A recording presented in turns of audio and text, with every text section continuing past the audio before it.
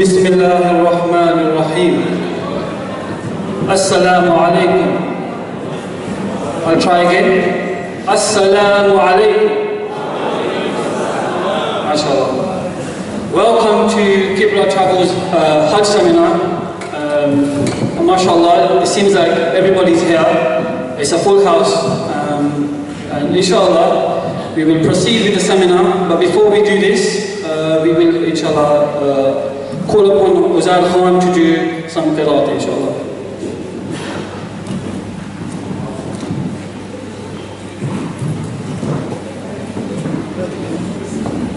أعوذ بالله من الشيطان الرجيم.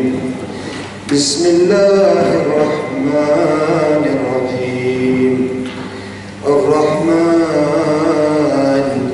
علم القرآن خلق الإنسان علمه البيان الشمس والقمر بحسبان والنجم والشجر يسجدان والسماء رفعها ووضع الميزان ألا تطغوا في الميزان وأقيموا الوزن بالقسط ولا تخسروا الميزان والأرض وضعها للأنام فيها فاكهة والنخل ذات الأكمام والحب ذو العصف والريحان فبأي آلاء ربكما تكذبان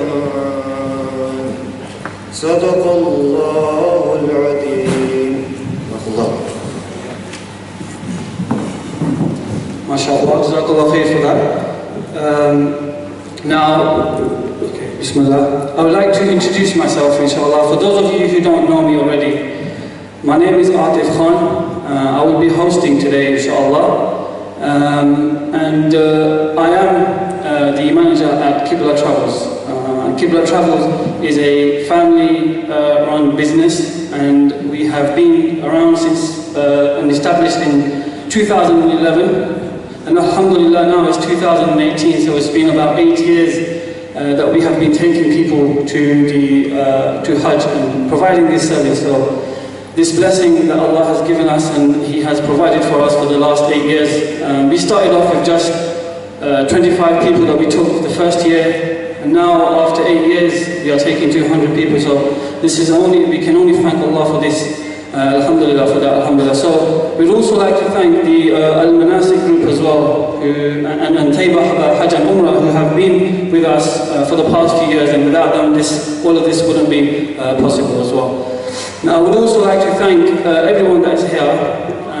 It looks like I said, it's a full house, subhanAllah. So I'd like to thank everyone for coming. There's many people that are here that have come from Wales, from Manchester, from Leyton. So thank you so much, thank you to everybody else for coming. And it's very, very important. You see, the seminar, a lot of people called in and said, do we have to come? And of course, you guys might have made the preparation, but it's very important before we leave for Hajj, we come together as a group. You know, it's 2 weeks before Hajj starts. We must, prepare mentally, physically, and together as a group. So see this as the first day of your Hajj. It's the first day of the Hajj journey. From today onwards, make preparations, inshallah, mentally now, that you are, inshallah, going to Hajj. It was only 1 year ago that people came and made their bookings, about a year ago. Maybe 2-3 years ago, you made intention. 2-3-4 years ago, someone from another family came and back from Hajj, and you were thinking, maybe one day I'll do Hajj. And today, subhanallah, by the will of Allah, Allah has honored you, honored us to go and do this journey, alhamdulillah. Now, before I proceed, I want to kind of convey a message, my own type of message, inshallah, because I've done Hajj 2-3 times. That's my story, my third time inshallah this time, and I've done it twice now. And I want to convey a message for myself, inshallah, before we carry on with the seminar. Of course, a lot of you have already done your preparations, the physical preparations, you've done them already. I'm pretty sure you have. A lot of you, of course, that have women in your group or women in your families, you've definitely done the physical preparations by now. You probably did it a month or 2 months ago. So that's, alhamdulillah, so fine. But my point and the message that I want to give is that a lot of the times in between this havoc and a lot of the chaos of preparations, we do the physical preparations, we do the mental preparations, but we don't necessarily do the spiritual preparation, which is very, very, very important. Because there's a question that I would like to ask everyone here. Why are you doing Hajj? What is the reason for why you are doing Hajj? Now I get a lot of people that come, and I overhear a lot of people say that the reason why they're doing Hajj is because they need to be a mahram for their sister, for their daughter, for their wife. So, you know, we must go Hajj for this reason. A lot of the younger individuals, they probably just tag along with their parents and think that we're just going, you know, and the parents say that's an obligation that we're fulfilling. Now, of course, that is a reason in itself, but the true reason, ask yourself why you have spent so much money to go to this journey. Why have you done it? Is it for that simple reason, the fact that you want to be a mahram for someone, that you need to kind of, you know, just fulfill a pillar of Islam? Is that the only reason for why you are going? No, that's not the reason. The real reason, Allah says in the Quran, the real reason for why you are going is for the sake of Allah. You're going for the sake of Allah. So I feel like it's very important that we, you know, I convey this message because, like I said, a lot of the times between the havoc, this gets lost. So make the intention, inshallah, from here on. Try to, you know, spiritually, try to prepare yourself, inshallah. Because in the Quran, it's mentioned many times. Allah says in the Quran, in Surah Al-Hajj, Allah says that when you've done the Qurbani, the meat sacrifice, it won't come to me. The blood sacrifice, that won't come to me. But your piety will come to me. What does that verse mean? We do the rituals. Of course, we must do the rituals. Allah says Himself in the Quran, He says that the Qurbani that you do, the meat won't come to me. The blood won't come to me. But your piety, that will come to me. So it is very, very, very important that we understand this. We must prepare ourselves before. 2 weeks we've got now, inshallah. We have Ramadan to do this. But I guess a lot of us, I'll include myself as well, a lot of the times, you know, it kind of flies over our head. But when times like this come, we must understand that we must prepare ourselves for this, for Hajj itself, inshallah. Try to, you know, prepare yourself more spiritually. And the way to do this, the Prophet Muhammad sallallahu alaihi wasallam, he said this. He said that there's 3 ways, you know, to increase your consciousness in Allah. And to do that, to increase your taqwa in Allah, the only way to do this is through prayer. There's 3 ways. The best way is through prayer. Now, if a lot of us, inshallah, have started praying, or maybe pray 5 times, but try to pray with concentration. Pray with knowing that Allah is watching you. Pray the salah, pray them on time. The second thing the Prophet said was pray the Quran. Now we pray the Quran in Arabic, but how many of us read the translation? What is Allah telling us?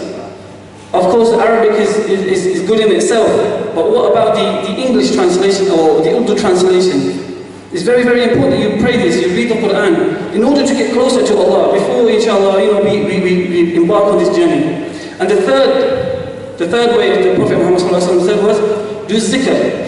Zikr is very important. So these are the 3 main ways to do it. But before you leave, in order to clean your heart, inshallah, what you should try to do is, if you have any grudges with any family members, you just go, you meet them and rectify them from your side, even if they don't accept them. Rectify it, purify your heart before you leave. And inshallah, once you do your Hajj, inshallah, after you come back and you'll be a changed person.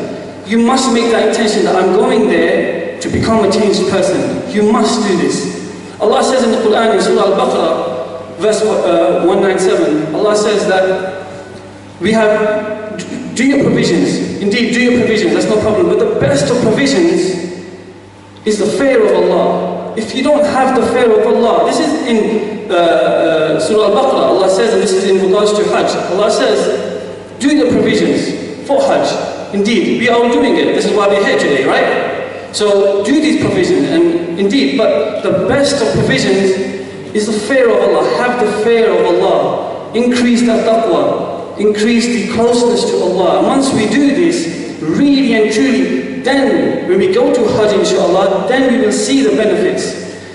You won't see the benefits, I can say, Wallah, you won't see the benefits. If you go to Hajj without a purified heart, you will not see the benefits of Hajj. It will just be a ritual for you. You will come back and you say, I'm sinless, but you don't know this. And you will feel it in your heart that maybe, no, I'm not. But you have to make sure that you don't waste this money. It's a lot of money, of course it's a lot of money, but we don't want to waste this money, inshallah. So this is just the message I wanted to give, because like I said, it kind of gets lost, you know, in between the preparations and stuff. So from here on, inshallah, I include myself here as well, that try our best to get close to Allah, you know, and inshallah, may Allah give us the tawfiq to do this, inshallah. So now I'm going to proceed with the schedule of the seminar. So there's three parts of the seminar today. The first part of the seminar will be the rites of Hajj. The 5th issues, inshallah, that will be the first part of the seminar. The second part of the seminar, that will be the logistics, and will be an in-depth follow-through of the itinerary, inshallah. So I'll be going through that, inshallah. So that will be the second part of the seminar. The third part of the seminar will be a question and answer. That will be, so if you have any questions, please don't ask them in between, ask them at the end. The third part, there will be a question and answer, inshallah. There also we'll be providing you the accessories that we've sorted out for you, inshallah. We'll be providing them as well. And of course you will be taking the documents at the end as well. So that's the 3 parts of the seminar. And of course, we also have the lunch as well. So the lunch that will be provided at the end. So now let's get started, inshallah. So the first part of the seminar, like I said, will be the rights and the 5th issues. And that will be, inshallah, the speaker will be Sheikh Saab. Now, I would like to introduce Sheikh Saab. He's too humble, of course, to introduce himself the way I would introduce him. He is, of course, a very, very decorated Sheikh. And by that, what I mean is, he has studied in Makkah for 10 years, alongside people like Sheikh Sudais. So you can see the caliber of his knowledge, subhanAllah. So he's been in and out of Saudi Arabia, he knows the demographics, he knows the logistics, he knows the ins and outs. So he's a great, great asset, and of course he will be with us during Hajj as well, inshallah. So like I said, alhamdulillah, we have a great asset in our group. So without further ado, inshallah, I call Sheikh Saab. بسم الله الرحمن الرحيم الحمد لله رب العالمين والعاقبة للمتقين والصلاة والسلام على أشرف المرسلين نبينا محمد صلى الله عليه وعلى آله وصحبه أجمعين. أما بعد، يقول الله سبحانه وتعالى: ولله على الناس حج البيت من استطاع إليه سبيلا. وعن عبد الله بن عمر رضي الله عنه قال: قال رسول الله صلى الله عليه وسلم: بني الإسلام على 5: شهادة أن لا إله إلا الله وأشهد أن محمد رسول الله وإقام الصلاة وإيتاء الزكاة وصيام رمضان وحج البيت من استطاع إليه سبيلا أو كما قال صلى الله عليه وسلم. Brothers and sisters, Assalamu alaikum wa rahmatullahi wa barakatuh.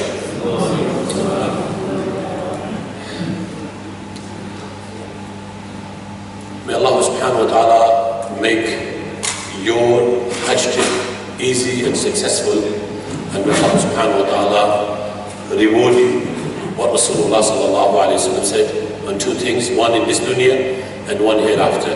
In this dunya, Rasulullah sallallahu alayhi wa sallam said that Allah will forgive all your past sins and you will be just like a newborn baby. And hereafter, Rasulullah sallallahu alayhi wa sallam says the place for the person who did Hajj to please Allah subhanahu wa ta'ala, and the place for that person is Al-Jannah. Brothers and sisters, before I come on to my topic, Hajj rights or fiqh science, I'm just going to share with you a small joke, and this is a truth joke. Once a pious man, you can say, or Imam Saab, or Mufti Saab, or a great Muslim leader, or Imam, he came to deliver a speech, and after reading Alhamdulillah Rabbil Alameen wa salatu wa salam ala Rasulullah sallallahu alayhi wa sallam, and he says, Amma ba'd, and he said, I'm going to share with you 3 things. And he said, number 1 is that today's speech, which I was supposed to do, I have left that at home. I forgot that. That's number 1. And similar thing happened with me today. But it's the other way around. I lost my USB, and I think this is the dua for a judge, more than a month now. more than a month ago, and subhanAllah, I found this yesterday. All my information is in there. So I found out, but it was very late. Alhamdulillah. Number two, the Imam said that today, he said I'm going to make it 3. One is, I forgot my notes at home. And number 2, he said that what I was supposed to say, I have forgotten that too. 2, 3. And third thing, he said that, please pray for me that all things come back, and inshallah, I will try to deliver something. And then he reminded all of us, he said that Rasulullah sallallahu alayhi wa sallam says, Rufi al-kalamu an-nisyan. The pen does not write any kind of sins upon the person who has forgotten. And subhanAllah, this is the guidelines in Islam for everything. It's either in salah, in zakah, in fasting with the month of Ramadan, and Hajj. Anything you forgot, the pen will not write. The pen will not write. And I mean that, like say, if a person is praying and he forgot to do the ruku'ah, and he went straight to sajda, there is no sin upon that person. Just before he finishes prayer, he has to do 2 extra sajdas. And similar for a person who's cooking, or person, and this is especially to our sisters, when they are cooking food, preparing for Ramadan, and sometimes they want to taste, and they taste it, their fast does not break. Their fast does not break, unless if she's eating a lot and says, I'm still tasting, then that's wrong.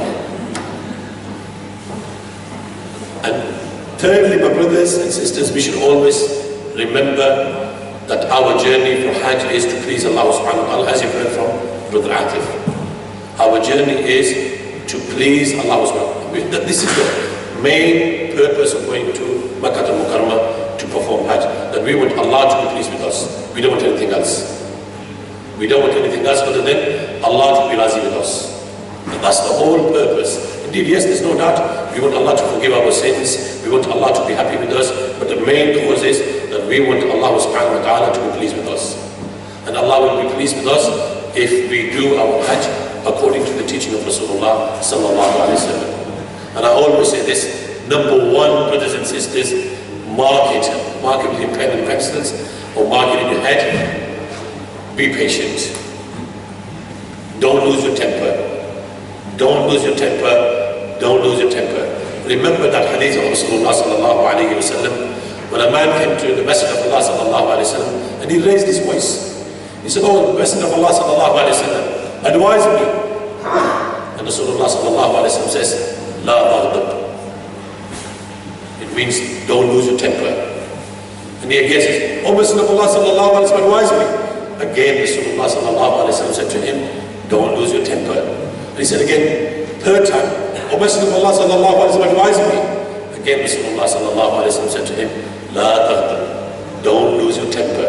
And this is the whole lesson for all our brothers and sisters, those who are going for Hajj. Don't lose your temper, whatever happens.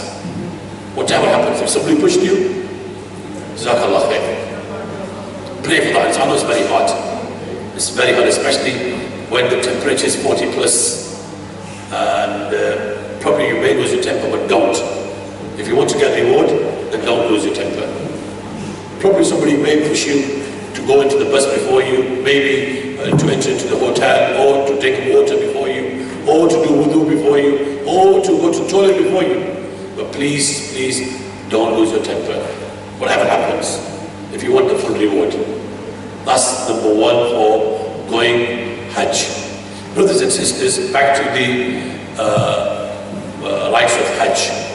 Before I start on the rites of Hajj, I would like to remind our Muslim brothers and sisters, as a Muslim, we must and we should respect all scholars of Islam.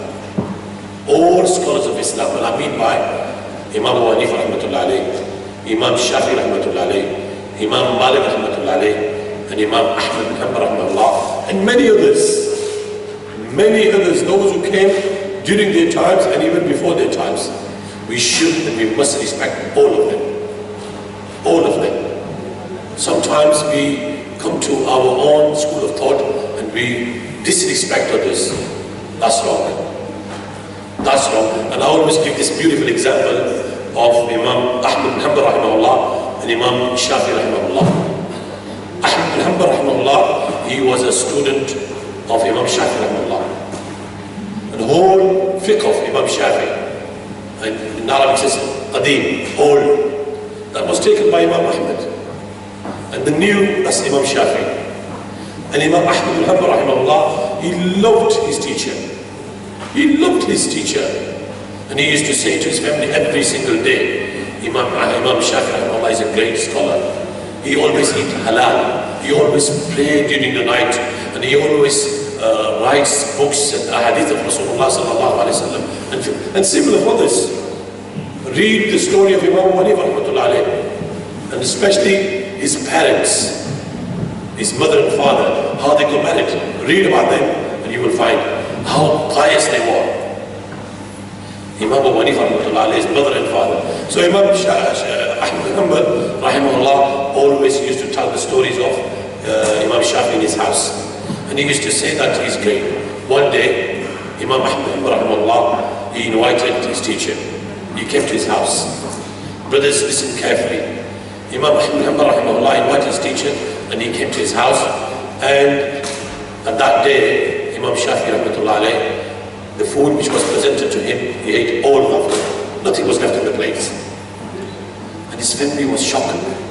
Our father, he used to say that Imam, he does not eat a lot. And whatever we give him, he has finished everything.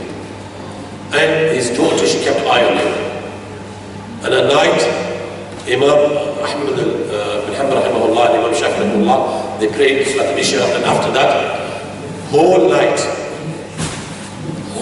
that night, Imam Shafi rahimahullah didn't pray the Nawafil prayers, or the Hajj prayers you can say. And early morning, he went into the masjid and led the prayer without doing the new wudu.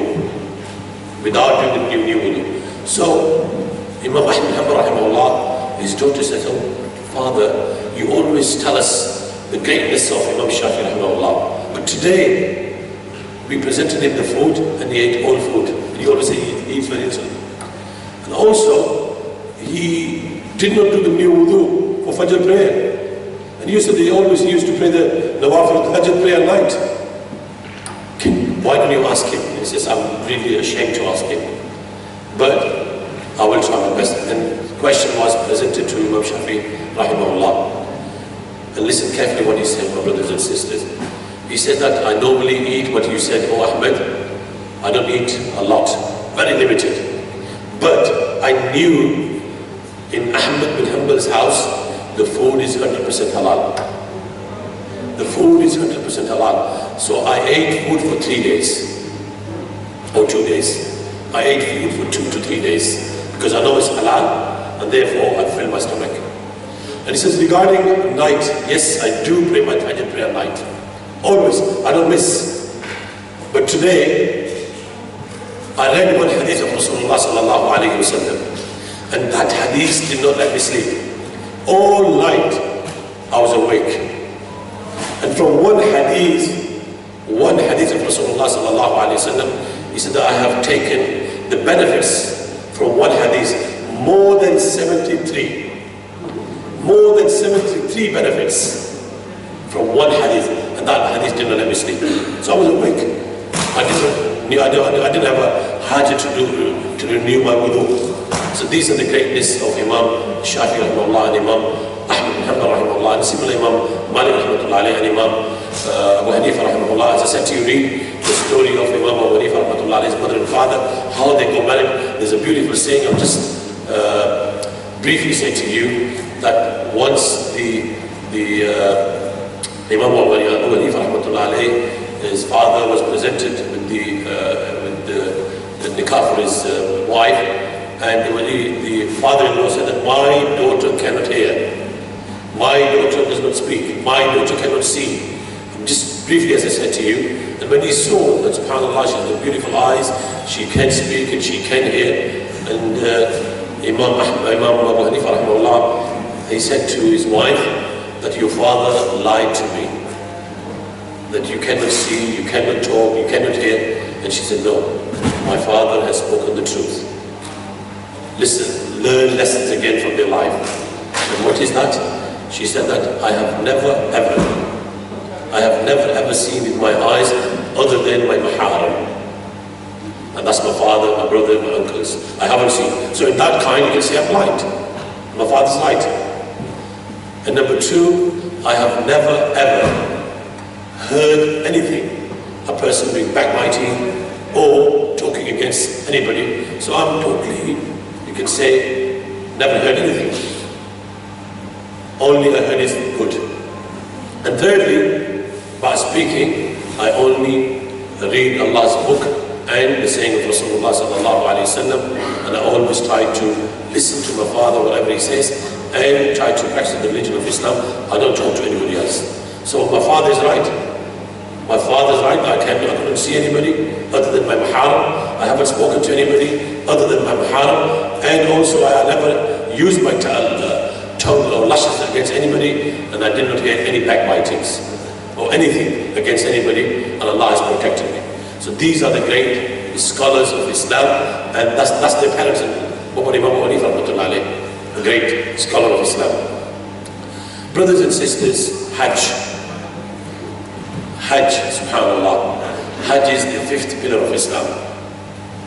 And in the hadith, there's a two hadith of Rasulullah sallallahu alayhi wa sallam. Remember, a man came to the Messenger of Allah sallallahu alayhi wa sallam, and he said, "Oh Messenger of Allah sallallahu alayhi wa sallam, tell me something about Islam." And at that time, and this is again authentic hadith, Rasulullah sallallahu alayhi wa sallam said to him, first is shahada, ashhadu an la ilaha illallah wa ashhadu anna Muhammadur Rasulullah, and then number two, iqam as-salah, wa ita az-zakat, wa siyam Ramadan. Hajj was not made obligatory for the Muslims. And that old man, the Bedouin, he said to Rasulullah sallallahu alayhi wa sallam, O Messenger of Allah sallallahu alayhi wa sallam, is this the Islam? And Rasulullah sallallahu alayhi wa sallam says, yes, this is Islam. He said, O Messenger of Allah, whatever you told me, I will not decrease or increase. And then he left. Look at what Rasulullah sallallahu alayhi wa sallam said. The Messenger of Allah sallallahu alayhi wa sallam says, this person will enter into paradise. If he practices what he said, this person will enter into paradise.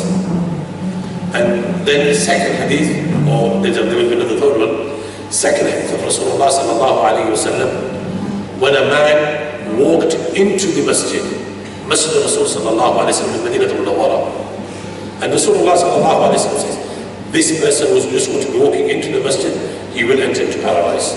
The companion, they thought, maybe Abu Bakr, Umar, Uthman, Ali, or those 10 lucky companions which Rasulullah sallallahu alayhi wa sallam mentioned, that they will enter into paradise. But it was not.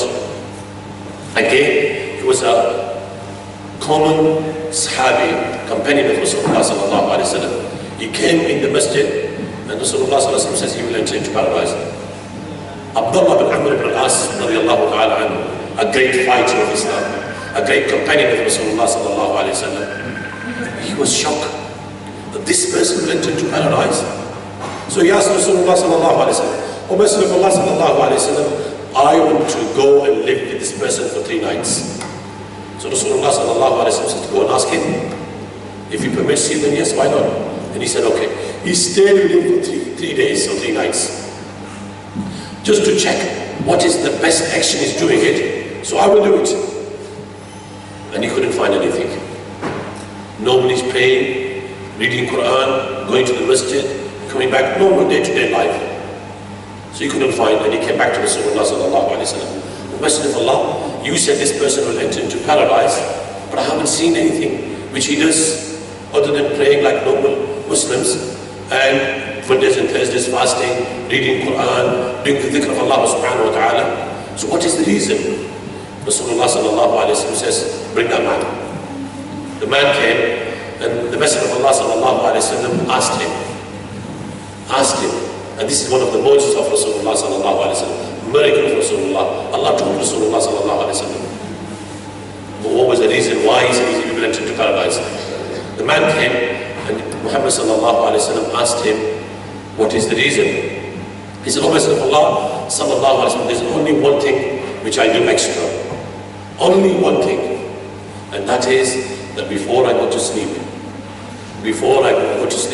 I do not keep anything in my heart against anybody.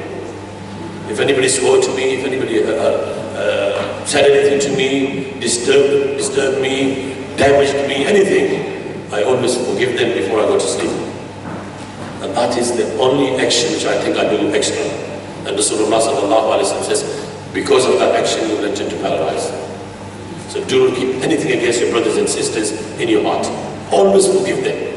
Always forgive them. And that's why Rasulullah sallallahu alaihi wasallam said, the best amongst you is the one who forgive his brother and sister first. Who first says, Assalamu alaikum, brother forgive me, sister forgive me. That is the best person. Brothers and sisters, Hajj. Subhanallah, Hajj is the 5th pillar of Islam. And Hajj was made obligatory on the Muslims where? Not in Mecca, in Medina al-Munawwara. In Medina al-Munawwara. And Rasulullah sallallahu alayhi wa sallam himself did not go to do Hajj first year. He sent Abu Bakr radiallahu ta'ala anhu to lead the Muslim Ummah, to lead the Muslims towards Makkah al-Mukarramah to do Hajj. And then Rasulullah sallallahu alayhi wa sallam went year after. Brothers and sisters, Hajj, there are 3 ways of doing Hajj. 3 ways of doing Hajj. Hajj al-Tamattu', Hajj al-Qiran, and Hajj al-Ifrad. And as I said to you earlier, Hajj al-Tamattu', Hajj al-Qiran, and Hajj al-Tamattu'. Hajj al-Tamattu', Hajj al-Qiran, and Hajj al-Ifrad. And there is a differ amongst the scholars. And as I said, we respect all of them. Which one is the best? Is it Hajj al-Tamattu', or Hajj al-Qiran, or Hajj al-Ifrad? According to Imam Abu Hanifa rahmatullah alayhi, Hajj al-Qiran. Hajj al-Qiran is the best. And indeed it's very difficult. Very difficult for us to do Hajj al-Qiran from here, United Kingdom, or even from other countries. But Rasulullah sallallahu alayhi wa sallam, he did only one Hajj, and that was Hajj al-Qiran.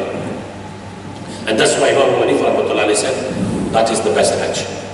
And Hajj al-Tamattu', which majority of the Muslims they do, and majority of the scholars, you can say, majority of the scholars like Imam Shafi, Ahmad, and Imam Malik, rely on him, he said that is the best Hajj.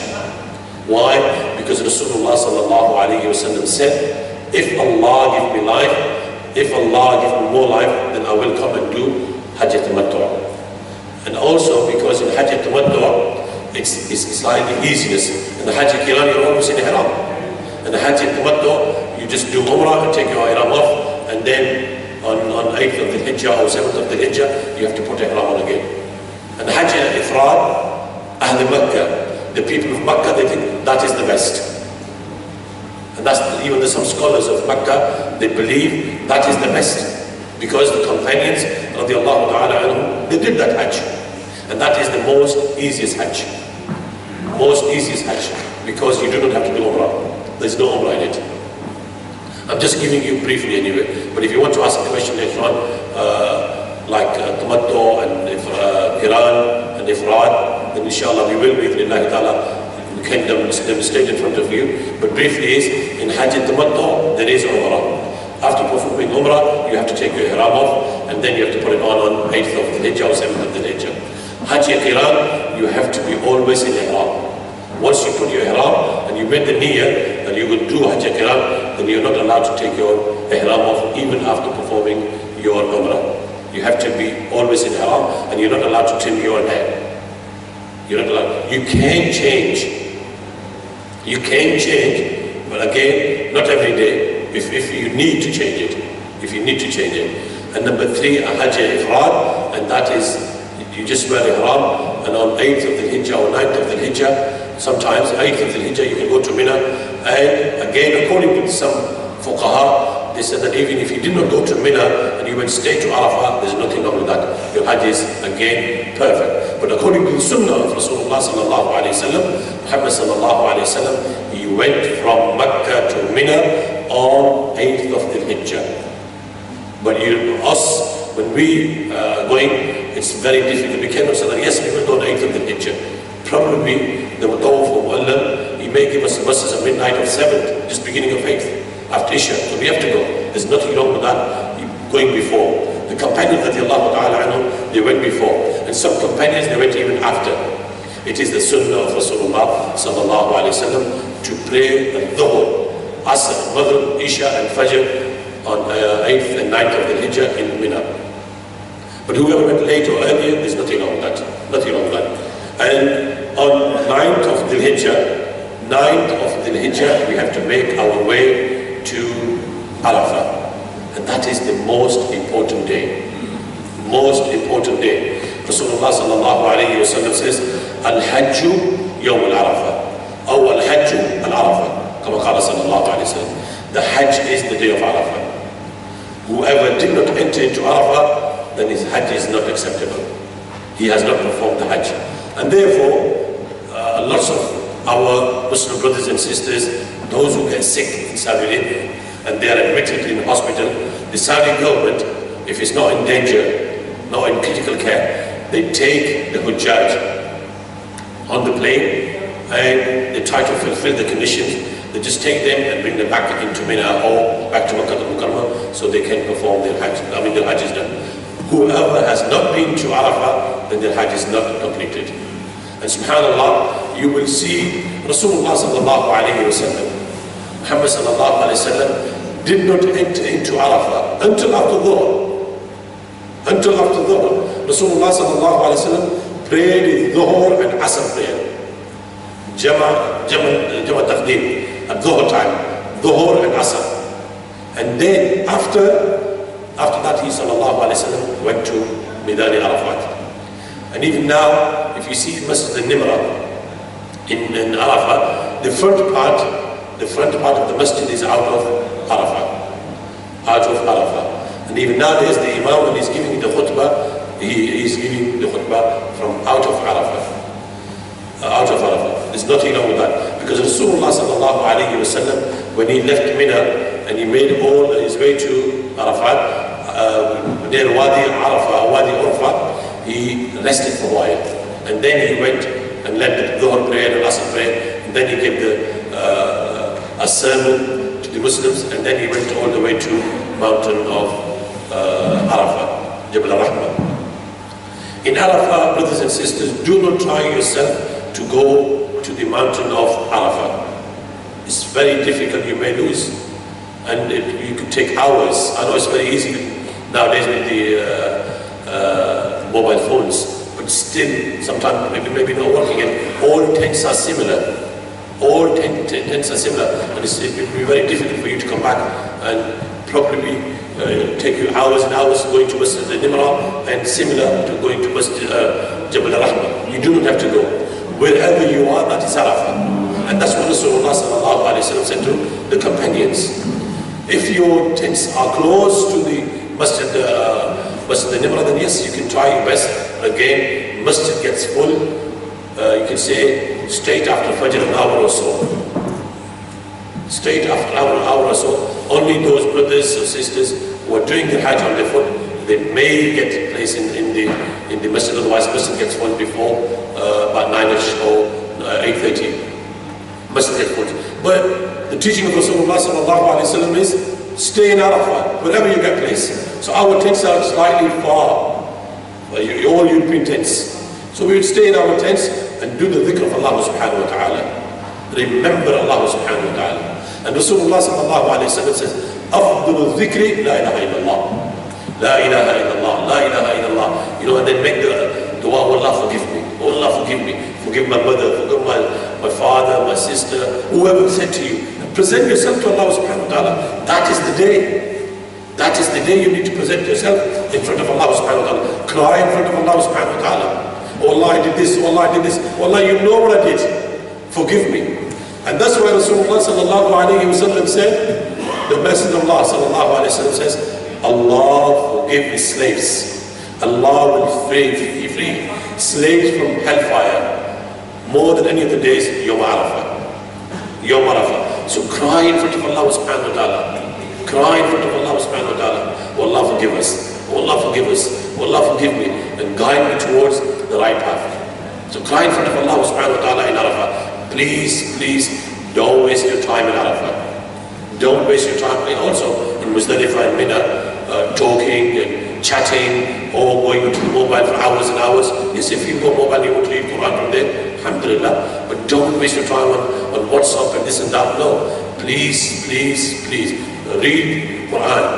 Read the ahadith of Rasulullah sallallahu alaihi wasallam. Or I will say after Quran, read the dua. Du'as from the Quran and the Sunnah of Rasulullah sallallahu alaihi wasallam. Because you want to ask Allah.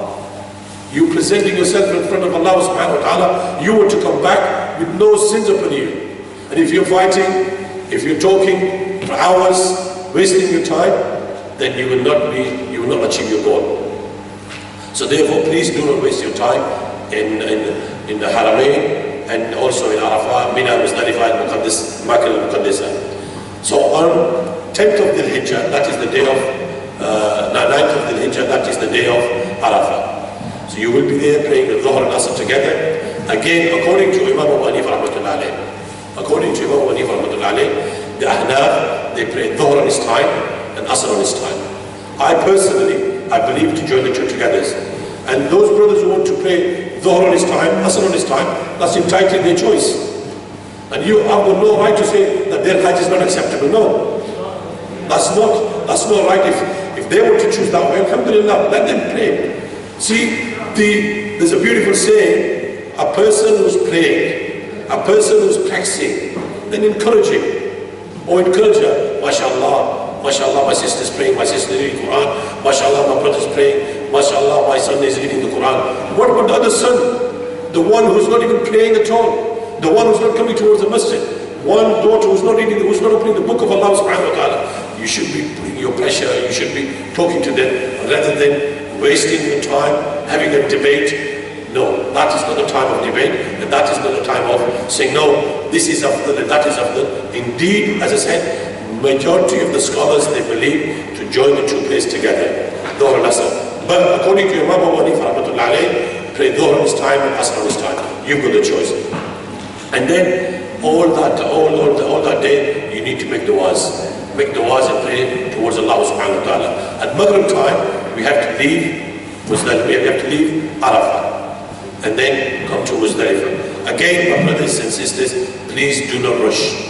Wait for the instruction from your group leader. And whenever he says to you, pack your luggage, and inshallah buses will be there, we'll get it on. Again, well, I'm not talking about now from last year or year before, but about 6-7 years ago, mostly Hujjaj, they used to fight getting on the buses. And I've seen in my own eyes, they used to fight, bleeding, kicking each other. Wallahi, I've seen this. So please, please, after staying all day in Arafat, after praying towards Allah subhanahu wa ta'ala, asking Allah for forgiveness, at Maghrib, don't destroy it. Again, be patient, because your journey is not finished yet. Your journey is not finished yet. So be patient, inshallah, every one of you will get on the bus. Every one of you will go into Muzdalifah, but calmly by doing the dhikr of Allah subhanahu wa ta'ala, then you will be moving to Muzdalifah. In Muzdalifah, again, my brothers and sisters, you will be praying your Maghrib and Isha. Maghrib and Isha. First Maghrib and then Isha. 99.99%, I think, Hujjaj are joining the two prayers together. Joining the two prayers together in Muzdalifah. Again, why I say 99.99%? Only those brothers and sisters, again, those who are walking, doing the Hajj, they may reach probably in half an hour, 20 minutes, 30 minutes. But those on the buses, 2 hours, 3 hours, 4 hours, 5 hours, maybe even at midnight. So they have to join the prayer together. The whole Maghrib and Isha.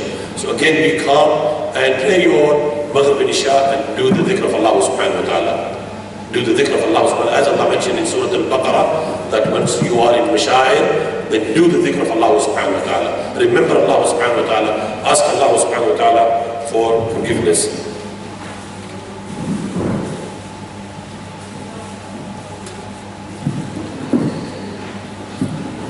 And then in Muzdalifah, after performing your Maghrib and Isha, you're allowed to take rest. There's no tents there. You'll be sleeping open air. And believe me, from my experience, I always have one of the best nights in the whole year, I can say, where I can go to sleep like this. Best night. Why? Because you are pleasing Allah subhanahu wa ta'ala, sleeping open air. subhanallah, and remembering Allah subhanahu wa ta'ala, and doing the dhikr of Allah subhanahu wa ta'ala, and then taking the rest from Rasulullah sallallahu alayhi wa sallam. Because Rasulullah sallallahu alayhi wa sallam took the rest there, and you're taking the rest there. And then at midnight, probably 12 o'clock, 1 o'clock, 2 o'clock, or 3 o'clock, those brothers, those sisters, they're on wheelchair, or it's very hard for them to walk. Then they can leave. They can, or the children, they can leave at midnight. 12, 1, 2, 3, or just before Fajr, they can leave from Muzdalifah to Mina. From Muzdalifah to Mina. And others, according to the Sunnah of Rasulullah sallallahu alayhi wa sallam, is that you should pray your Fajr and then leave. But those who leave earlier, their Hajj is 100% acceptable. Because they are the Ashab al-Darura. They've got reason to leave. And those brothers who won't even leave with them, I mean, brother is pushing a wheelchair, or brother is looking after them, yes he can, and he doesn't have to come back again, no. He doesn't have to come back, because he's supporting them. Because otherwise he'll be going there, and then coming back, then there's no benefit in it. Because stay with them and help them. And inshallah there's no reduction of your Hajj. Indeed, there's no doubt, the Sunnah of Rasulullah sallallahu alayhi wa sallam is pray your Fajr and then leave once the sun rises, then go to Mina. Regarding the pebbles, there's the jamarat, when you hit the shaitan, the small stones. Lots of our Muslim brothers, they pick the stones from Muzdalifah. And I say that it's easy. It's easy to pick the pebbles from Muzdalifah. Because there are lots of pebbles there, small stones, and it's difficult to get it from Mina. So you can pick up the stones from Muzdalifah. But again, please don't take the big stones. Small stones, just the same size as a chickpeas. Take them, and again, you do not have to take hundreds, no. 49 or 73, whatever, if you want to take it. Or even for one day, then you can take it from Muzdalifah, sorry, from Mina. But so the sunnah is that make sure you hit the shaitan or jamara, first day only 7, and then second day all 3. But again, try, but don't wash the stones again, please. You will see a lot of Hajjaj, you're washing them. That's not the teaching of Rasulullah sallallahu alayhi wa sallam. Yes, you want to practice the sunnah of Rasulullah sallallahu alayhi wa sallam, or you can say it's the sunnah of Ibrahim alayhi salatu wasalam. But please don't wash them. Don't wash them. And then once you reach in Mina, then again wait for the instruction from the Mutawaf or from the group leader. He will guide you, or somebody will take you inshallah all the way to Jamrat al-Aqaba, the big shaitan, and you can hit the shaitan and then make your way to Makkah or come back to your tents. That's entirely your choice. Brothers and sisters, just want to mention one thing. See, the Hajj, we say that we're doing because it's Allah's order. But if you see the Hajj, 99.99% is surrounding Ibrahim alayhi salatu wasalam, Ibrahim alayhi salatu wasalam, Ismail alayhi salatu wasalam, and our mother Hajar. Our mother Hajar. Go back in the time of Ibrahim alayhi salatu wasalam. I'm just going to remind you for a few seconds. When Ibrahim alayhi salatu wasalam came from Iraq with his wife Hajar and with his son Ismail alayhi salatu wasalam, and he left them where? He left them in Makkah al-Mukarramah. There was no tree. Read the book of Allah subhanahu wa ta'ala, you will find no tree in Makkah al-Mukarramah, no water, no human being near Allah's house, Ka'batullah. And Ibrahim alayhi salatu wasalam left his wife Hajar and left his son Ismail alayhi salatu wasalam. And he had a portion of food only, which could be, you could say, for 1 or 2 or 3 days, or maybe a week, maybe less, and the water, very limited. And Hajar, when she saw her husband leaving her and her son Ismail alayhi salatu wasalam, and she started walking behind Ibrahim alayhi salatu wasalam. Read, my brothers, and you will be in tears. Ibrahim alayhi salatu wasalam went to a lot of trials and tests. He was thrown into fire. His own father wanted to kill him. His own people, they wanted to kill him. And he did, subhanAllah, Allah made him pass all tests. And look what Ibrahim ﷺ said. He said, the best time of my life was in the fire, when they wanted to burn me. And that was the best time. That's the best time. And subhanAllah, Allah made him successful.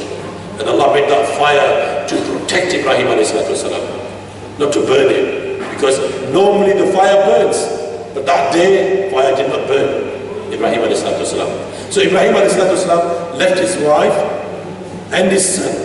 And his wife, she started walking behind him. And he says, Ya Ibrahim, why are you leaving us here? No answer. He did not even look her back. He just left her and still walking. And she raised again a question, walking behind him. Oh Ibrahim, why are you leaving us here in the desert? No water, no food, no human being. Ibrahim ﷺ again did not reply. And then third time, she said, Allah, is this the order from Allah subhanahu wa ta'ala? Did Allah subhanahu wa ta'ala told you? Ibrahim ﷺ again did not look back. And he said, yes, it is order from Allah subhanahu wa ta'ala. Look at that mu'minah, Hajar. She had a full belief in Allah subhanahu wa ta'ala, full tawakkul on Allah subhanahu wa ta'ala. Or she said that Allah is not going to destroy us. And indeed, my brothers and sisters, Allah did not destroy them. Allah made compulsory upon every single Muslim. Whoever is going to do Umrah or Hajj, it is compulsory for them to do the same between Safa and Marwa. If you do not do your same, then your Hajj is not valid. Your Umrah is not valid. It's not valid. Because it is the teaching of Rasulullah sallallahu alaihi wasallam that Allah loved her action. When there was no food left, when there was no water, and that shows the mother how she loves a child. That shows how mothers, they are so close to the children. When the child is crying, then you see the mother.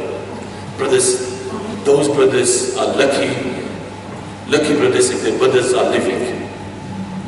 Please show your respect and honor to them. Love them for the sake of Allah subhanahu wa ta'ala.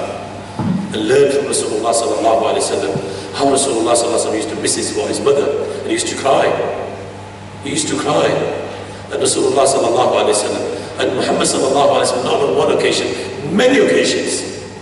One hadith that under your mother's feet is paradise. And indeed, some scholars, they said that hadith is weak.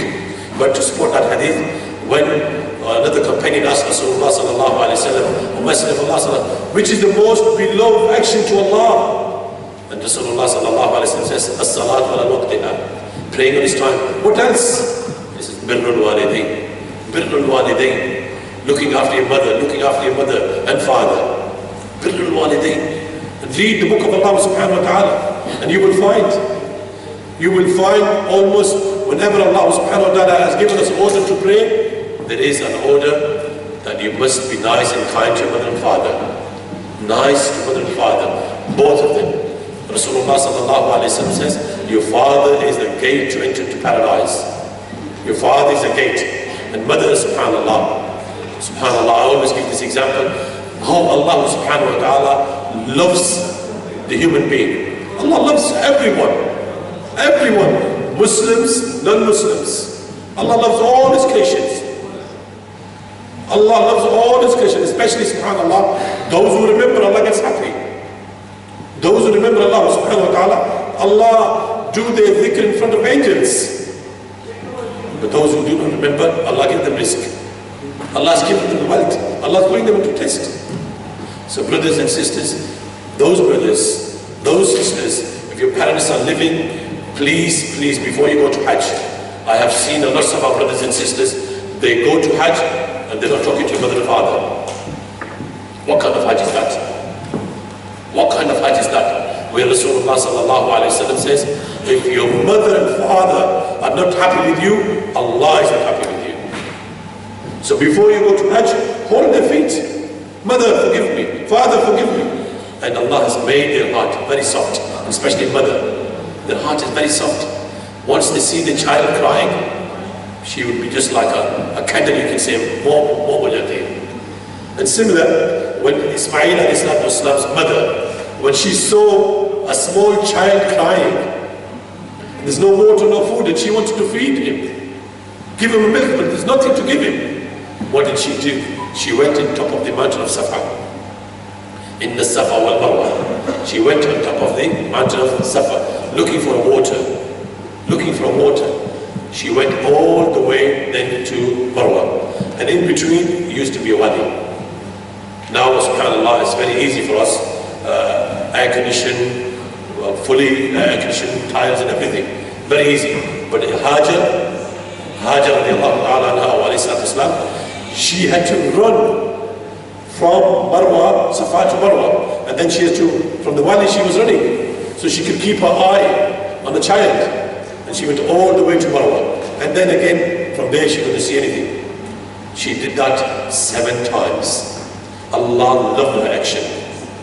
Allah loved her action and made compulsory upon Muslims, whoever is doing Umrah or Hajj, that they have to do the same between Safa and Marwa. Why? Because of her action. And then subhanAllah, when she reached at the Marwa, what could she could hear is a sound, a very huge noise or sound. And she looked at her son, and then she came back to Ismail alayhi salatu wasalam, and there was Jibril Amin alayhi salatu wasalam, and from the feet of Ismail alayhi salatu wasalam, the water was coming out from the earth. And then she went pumped for drinking water, for washing, and then reserved. And that's why Rasulullah sallallahu alayhi wa sallam here said, if our mother Hajar did not build a compound, then this would be a river running for a long time, or for people could get a lot of benefit. But subhanAllah, since that time until today, that river is still running. And there's a huge benefit of Zamzam. Rasulullah sallallahu alayhi wa sallam says, Az-Zamzamu lima shuriba lahu. Whatever niyyah you have a niyyah that Allah be pleased with me and forgive me, and I haven't got any children, Allah grant me. Allah does think, Allah listens to your dua. Oh Allah, give me knowledge. Oh Allah, give me shafa'ah. Make the dua once you are drinking, once you drink the Zamzam, make dua. Because that's the best time. That is the best time. And that's what Rasulullah sallallahu alayhi wa sallam said. So Zamzam is a shafa'ah, as said that for everything illa al-maut. Illa al-maut. Similar like there's another date of the Ajwa dates. There are best dates you can say, but again, subhanAllah, Rasulullah sallallahu alayhi wa sallam planted with his own hands the best dates, and especially those brothers and sisters, those are sick, eat those, and inshallah Allah will give you shafa'ah. That's what Rasulullah sallallahu alayhi wa sallam said. So Zamzam is a great water, and we should try to drink as much as we can and make dua. After that, my brothers and sisters, before I go to again on Hajj, very briefly I will tell you how Ibrahim ﷺ and Ismail ﷺ built Allah's house.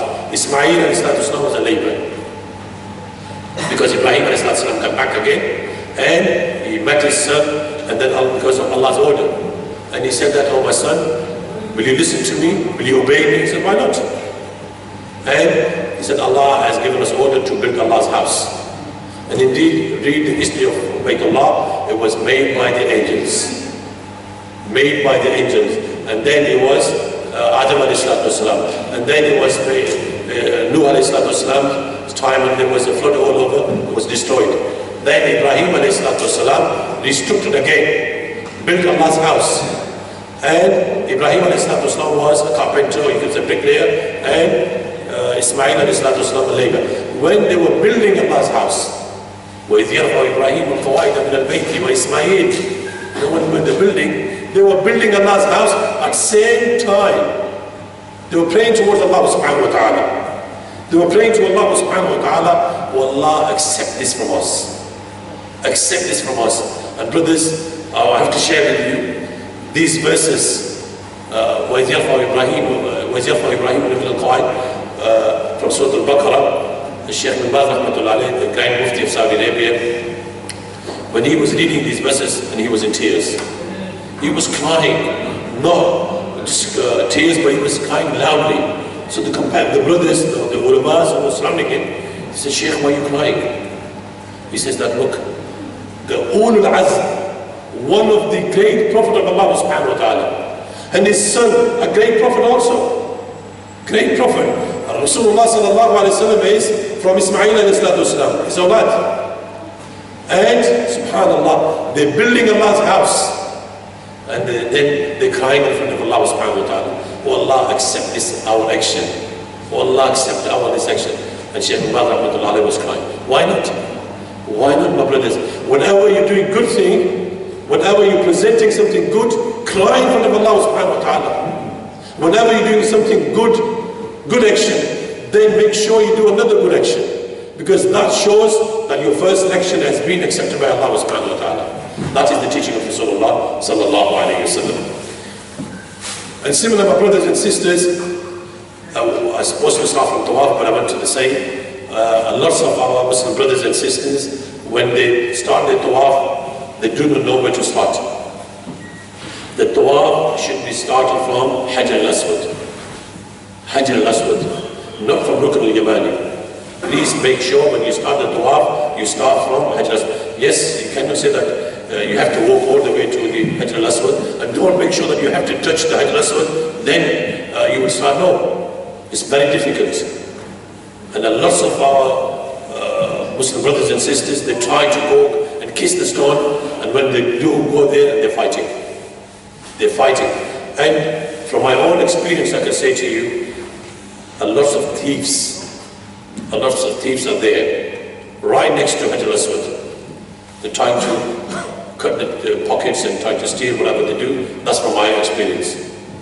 And similar, I would say, I advise you what Rasulullah sallallahu alayhi wa sallam has said, and the majority of the scholars, they said that, you know, from far, you say Bismillah, Allahu Akbar, and start your Tawaf.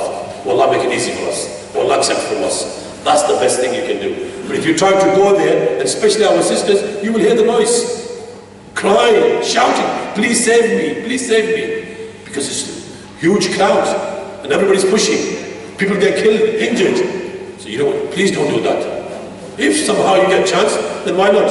But 99.99% is very hard doing Hajj. Very hard doing it. So please start from Hajj al-Aswad. From far, you will see the green light. Bismillah, Allahu Akbar, wa lillahi alhamd, or Bismillah, Allahu Akbar, oh Allah make it easy for me, and start your Tawaf. Start your Tawaf. And subhanallah, my brothers and sisters, and lots of our brothers in past anyway, alhamdulillah, that line has been removed. Brothers and sisters, they used to pray on that line. That line was a black line. It used to be there so people could start their Tawaf. What was the reason for removing that? The reason that was, and this is from my own experience again, I personally used to walk right next to Allah's house. My duty used to be, subhanallah, that's the best days, the best nights I had when I was working there, right next to Kabatullah at Maqam Ibrahim and also at Multazim. I have seen with my own eyes our brothers and sisters praying on that line and believing that Fatima radiallahu ta'ala anha, she used to pray here. Subhanallah. Okay, for time being, we believe you. But brothers and sisters don't want to do the Tawaf, and they're just jumping over you, kicking you. How can you do your Tawaf? How can you pray? That's completely wrong. So please do not pray on that line. Maybe somebody's put you in mind, oh Fatima, she prayed here 2 rakats, that's why we can pray. No. Please don't disturb others. And similar, after you finish your Tawaf, again, do not pray right behind Maqam Ibrahim. Don't pray right behind Maqam Ibrahim. If you do, then you get kicked, you get injured. And you may injure others. You may injure, pray anywhere in Allah's house. Anywhere in Allah's house. You do not pray right behind Maqam Ibrahim. Anywhere. And then make dua. Make dua, that's the best time again. And make dua by standing or sitting, whatever is easy for you.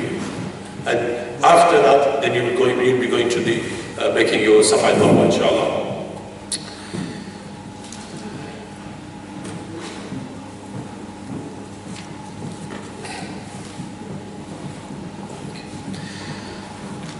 I will quote you a little hadith of Rasulullah sallallahu alayhi wa sallam, where Rasulullah sallallahu alayhi wa sallam says,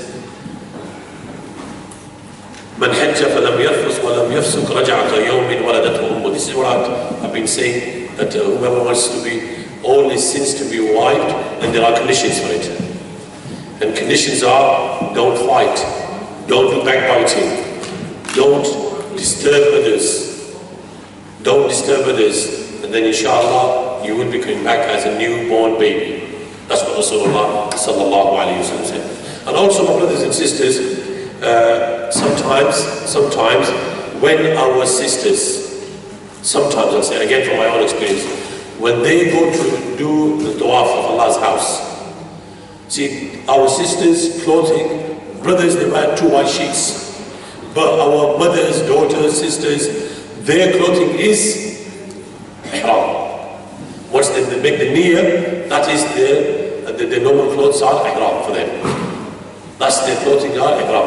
And simple advice is, please do not wear those kinds of clothes which are attractions to others, like bright color or very thin clothes. Please don't wear, because Allah, Rasulullah sallallahu alaihi wasallam said, Allah curses upon that person who's wearing those kinds of clothes which are seen, see-through, or others to make attraction. You are going there to please Allah subhanahu wa ta'ala, and then you are wearing those kinds of clothes. It's not acceptable. Wallahi, from my own experience, I said to you, myself and many others, we have seen, and I will not blame on our sisters, but the light in Allah's house is very strong. And if you're wearing thin clothes, then yes, body can be seen. So please make sure you're wearing nice clothing, make sure you cover yourself, and inshallah, you will be in the protection of Allah subhanahu wa ta'ala. Mothers and sisters, subhanallah, there's a beautiful hadith of Aisha radiallahu ta'ala anha. قالت قلت يا رسول الله نرى الجهاد أفضل العمل أفلا نجاهد. Aisha radiallahu ta'ala anha, she said, O Messenger of Allah sallallahu alayhi wa sallam, jihad, fighting in the way of Allah subhanahu wa ta'ala, is one of the best actions accepted to Allah subhanahu wa ta'ala. So we want to do the jihad in the way of Allah subhanahu wa ta'ala. قال صلى الله عليه وسلم لكن أفضل الجهاد حج مبرور. The best jihad for our sisters, our daughters, is Hajj Mabrur. Hajj doing according to the teaching of Rasulullah sallallahu alaihi wasallam. See, if you're doing the jihad, fighting in the way of Allah subhanahu wa ta'ala, you may get killed. You may get killed. And subhanallah, yes, the Sahabiyat, they used to go with Rasulullah sallallahu alaihi wasallam. Likewise, read the history of Uhud. Uhud, when Rasulullah sallallahu alaihi wasallam got injured, who was there to treat Rasulullah sallallahu alaihi wasallam, who was crying? Fatima radiallahu ta'ala anha. And you will find that the other companions of Rasulullah sallallahu alaihi wasallam, females, they were nursing others. But subhanallah, Rasulullah sallallahu alaihi wasallam says, even better than the jihad for the mothers and daughters is doing the Hajj, according to the Quran and the Sunnah of Rasulullah sallallahu alaihi wasallam. And also, my sisters, when Rasulullah sallallahu alaihi wasallam, he was coming from Medina al-Munawwara with his wife Aisha radiallahu ta'ala anha and others, and on the way Aisha radiallahu ta'ala anha, she started crying. She was in tears, and Rasulullah sallallahu alaihi wasallam loved his wife Aisha radiallahu ta'ala anha. But before that, he used to love Khadija, and that love was there until his death. Khadija, when Rasulullah sallallahu alaihi wasallam says, when people was not standing with me, it was Khadija. When I didn't have any wealth, it was Khadija who gave me everything. And all children of Rasulullah sallallahu alaihi wasallam was from Khadija radiallahu ta'ala anha, other than Ibrahim. Other than Ibrahim alayhi salatu wasalam. And Rasulullah sallallahu alaihi wasallam always used to remember Khadija radiallahu ta'ala anha. And also at the time of slaughtering in the way of Allah subhanahu wa ta'ala, gifts to Khadija's friends, Rasulullah sallallahu alaihi wasallam never forgot that. Always used to give that. And Aisha radiallahu ta'ala anha, she said that I did not used to get jealous other than when Rasulullah sallallahu alaihi wasallam used to mention Khadija, Khadija, Khadija. But Rasulullah sallallahu alaihi wasallam never got married when Khadija was alive. After her death, then Rasulullah sallallahu alaihi wasallam got married with Sauda, Aisha and others. So Aisha radiallahu ta'ala anha, she even asked Rasulullah sallallahu alaihi wasallam this question, oh Rasulullah sallallahu alaihi wasallam, who do you love more? And he says, Aisha, you. And from Rijal, and he said, Abu Bakr radiallahu ta'ala. From the youth, it was Ali radiallahu ta'ala. And all companions all companions, Rasulullah sallallahu alaihi wasallam loved them. Rasulullah sallallahu alaihi wasallam never ever, in the majlis, he never ate food before them. He always used to give them food, and then last, Rasulullah sallallahu alaihi wasallam used to eat the food. Last, Rasulullah sallallahu alaihi wasallam used to drink. Read again the Ghazwa of Al-Ahzab, Khandaq. When Rasulullah sallallahu alaihi wasallam was invited in the house of Jabir radiallahu ta'ala anhu, there was no food. When they were digging the trench, and there was Jabir radiallahu ta'ala invited, and the food was very limited, only for Rasulullah sallallahu alaihi wasallam, maybe one or two. When the whole companions, they were coming to Rasulullah sallallahu alaihi wasallam, and they were coming to Jabir radiallahu ta'ala anhu's house, and his wife got worried, the food is not enough. And she was a true believer. She said, SubhanAllah, the mercy of Allah is coming to our house. The mercy of Allah is coming to our house. Right? That's why Rasulullah sallallahu alaihi wasallam is Rahmatul lil Alameen. Rahmatul lil Alameen, not only to the Muslims, non-Muslims, the human being, the trees, the elephants, animals, everything. He was Rahmatul lil Alameen. He could speak to the camel. The one who complained to Rasulullah sallallahu alaihi wasallam that my boss is putting too much luggage on me and he's not feeding me properly. So Rasulullah sallallahu alaihi wasallam was Rahmatul lil Alameen. Till Yawm al-Qiyamah, he is Rahmatul lil Alameen. So Rasulullah sallallahu alaihi wasallam was coming with Aisha radiallahu ta'ala anha to Hajj. And on the way, she started crying. And she said, Rasulullah sallallahu alaihi wasallam said to Rasulullah, Aisha, why are you crying? She said, oh Messenger of Allah, I cannot do Hajj now. Because my period has started, so I can't do Hajj. Rasulullah sallallahu alaihi wasallam said to Aisha radiallahu ta'ala anha, Aisha, don't worry. Allah subhanahu wa ta'ala has written this on all daughters of Adam alayhi salatu wasalam. They have to go through this. So do whatever Hujjaj are doing. Make sure you're in ihram. Do not do the tawaf only. Do not enter into Allah's house. Other than that, yes, you will go to Mina, Arafat, Muzdalifah, back to Mina, and once you're pure, then do the tawaf and the same. Subhanallah. My brothers and sisters, Allah is Ghafur Rahim, and Allah loves us, and Allah wants to forgive us. And that's why Rasulullah sallallahu alayhi wa sallam said that Allah loves that person who's asking Allah subhanahu wa ta'ala day and night, oh Allah forgive me, oh Allah forgive me, oh Allah forgive me. And Rasulullah sallallahu alayhi wa sallam is a great example for us. In one hadith, Rasulullah sallallahu alayhi wa sallam says, I make tawbah. I ask Allah for forgiveness 70 times. In another hadith, Rasulullah sallallahu alayhi wa sallam says, I ask Allah more than 100 times. Oh Allah forgive me. Rasulullah sallallahu alayhi wa sallam. Rasulullah and all prophets of Allah subhanahu wa ta'ala. There's no sins upon them. No, but they wanted to guide us.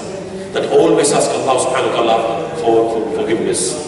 So our purpose of the visit is that we want to ask Allah, oh Allah forgive us. Oh Allah forgive us. Oh Allah forgive us. And also my brothers and sisters, we remember this verse of Quran, but unfortunately I haven't seen other than few brothers and sisters moving their lips. Where Allah subhanahu wa ta'ala says, Inna Allah wa malaikatahu yusalluna ala nabi, Ya ayyuha alladhina amanu, sallu alayhi wa sallimu taslima. Allah and Allah's angels, Allah and Allah's angels, He says salam to Rasulullah sallallahu alayhi wa sallam. What for us? We say we love Rasulullah sallallahu alayhi wa sallam, but our shafatayn, the lips are not moving.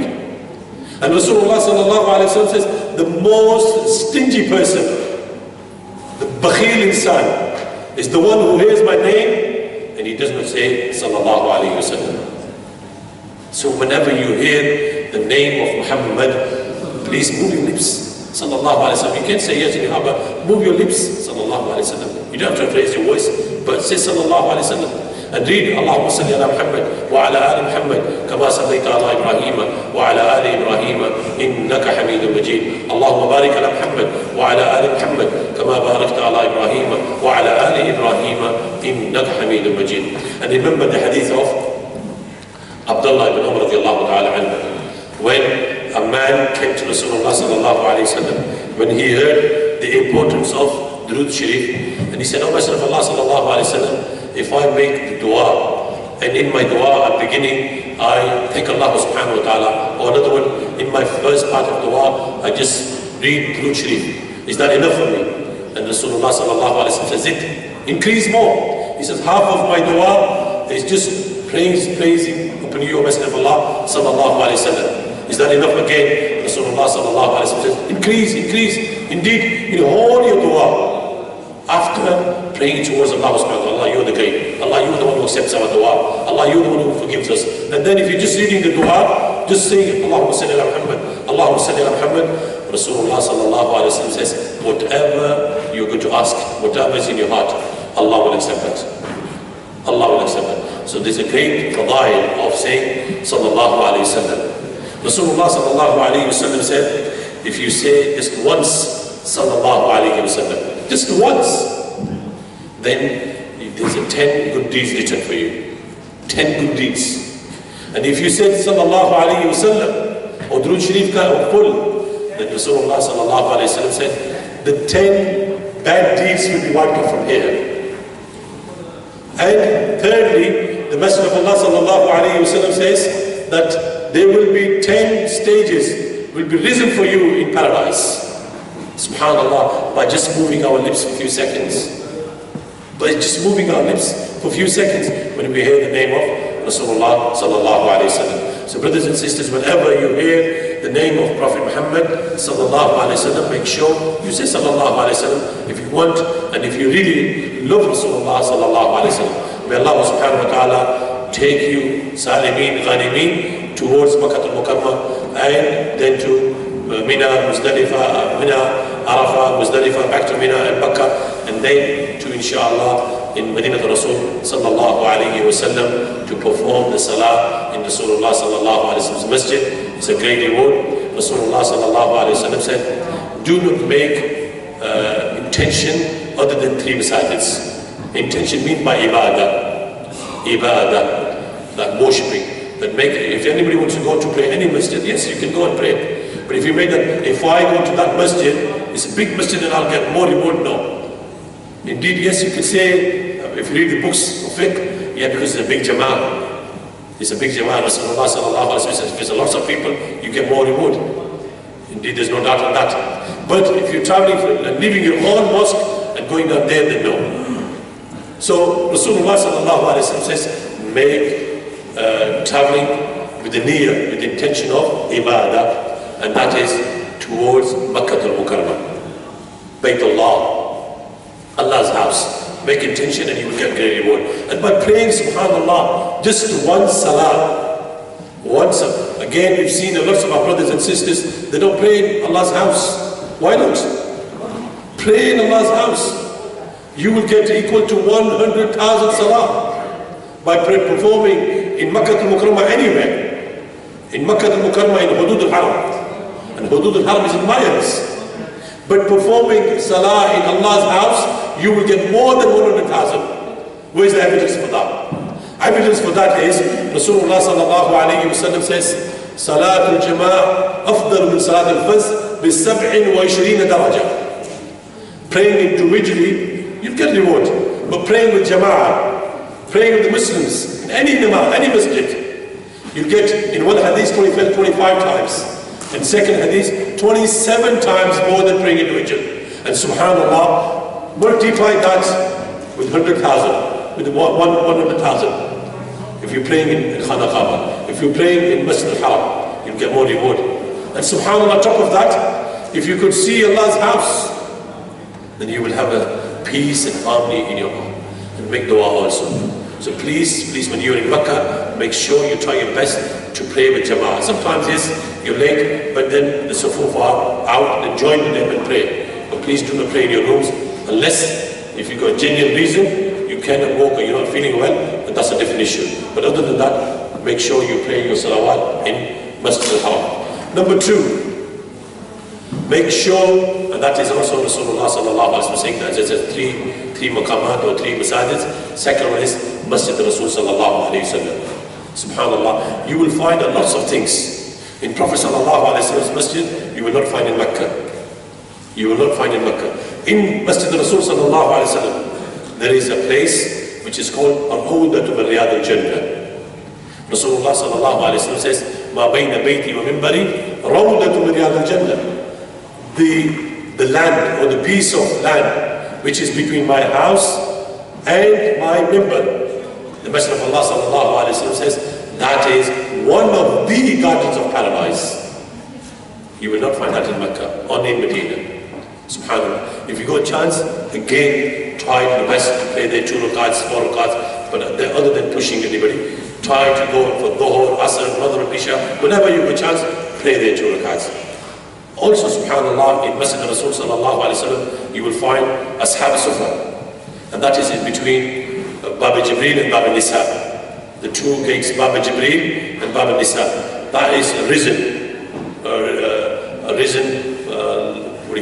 platform, where Rasulullah sallallahu alayhi wa sallam used to give the durus to the companions, or also you can say the poor companions of Rasulullah sallallahu alayhi wa sallam, those who couldn't afford for living. They couldn't have a clothing enough and food, and they used to come there and sit there and sleep even there. And Rasulullah sallallahu alayhi wa sallam used to provide them food, eat food with them. And at that place, Jibreel Amin alayhi salatu wasalam came many times. And you all should know this hadith of Jibreel Amin alayhi salatu wasalam, when he came at that place. And Rasulullah sallallahu alayhi wa sallam says, it's a sahih and authentic hadith, a man came to Rasulullah sallallahu alayhi wa sallam, and he sat with Rasulullah sallallahu alayhi wa sallam, knee to knee. The white bearded man wearing white clothes, and he came to Rasulullah sallallahu alayhi wa sallam. The companions, they were shocked. We've never seen this man. Who is he? Who is he? And he asked Rasulullah sallallahu alayhi wa sallam questions. What is Islam? And Rasulullah sallallahu alayhi wa sallam says, Sadaqt. Indeed, you have spoken truth. What is Iman? Rasulullah sallallahu alayhi wa sallam told him what is Iman. He says, Sadaqt. Indeed, you have spoken truth. And what is Ihsan? He says, yes, this is it. And again, the angel says, Sadaqt. You have spoken truth. Briefly, last thing he asked, do you know, tell me the signs of Yawm al-Qiyamah. Or when is Yawm al-Qiyamah? And then Rasulullah sallallahu alayhi wa sallam says, the person who's asking the question and the person who's going to answer, we do not know. We do not know exactly. And he says, okay, tell me the alamat al-sa'ah, some signs of Yawm al-Qiyamah. Then Rasulullah sallallahu alayhi wa sallam told me. And then after that he departed. He went away. And Rasulullah sallallahu alayhi wa sallam asked the companions the question. He said, do you know this person? Who was he? He said, no, Messenger of Allah sallallahu alayhi wa sallam, we do not know who he is. We haven't seen him. And there was no athar. You know, the person who was traveling, you could see he's tired. He was fresh. And after that he went away. It was Jibreel Amin. Rasulullah sallallahu alayhi wa sallam said it was Jibreel Amin who came to teach you the religion of Islam. Okay. And that was where in Masjid Rasul sallallahu alayhi wa sallam at Ashab Sufa. Ashab Sufa. And subhanAllah, praying in Masjid Rasul sallallahu alayhi wa sallam, you get great reward. Great. In Mecca, it's 100,000 plus. And in Medina, in one hadith which is reported by Ibn Majah, is 50,000. 50,000. But the most stronger hadith, which is written in Prophet sallallahu alayhi wa sallam's masjid also, and that is in the first, an old building which was built by the Turkish. You can see there is a hadith of Rasulullah sallallahu alayhi wa sallam, where Rasulullah sallallahu alayhi wa sallam says, praying in my masjid, you get reward equal to 1,000 prayer. Illa fi maswa masjid al-haram. Masjid al-haram you get more reward. So praying in Masjid Rasul sallallahu alayhi wa sallam, you get great reward.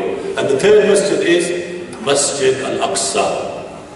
Masjid al-Aqsa, if you pray there, you get 500 times praying, 500 reward more than any of the masajids.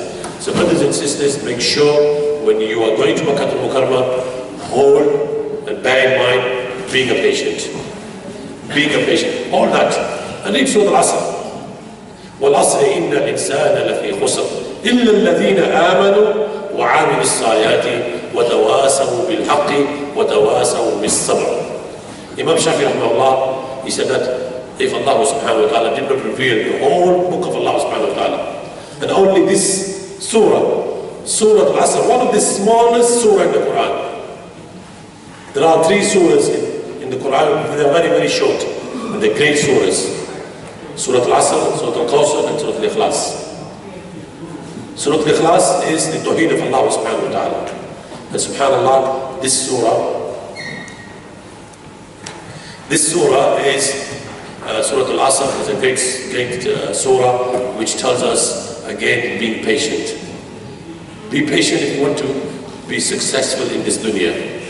And Rasulullah sallallahu alayhi wa sallam has told us how to be patient. When he himself sallallahu alayhi wa sallam saw the companions, they used to get killed by the kuffars in Makkah al-Mukarramah.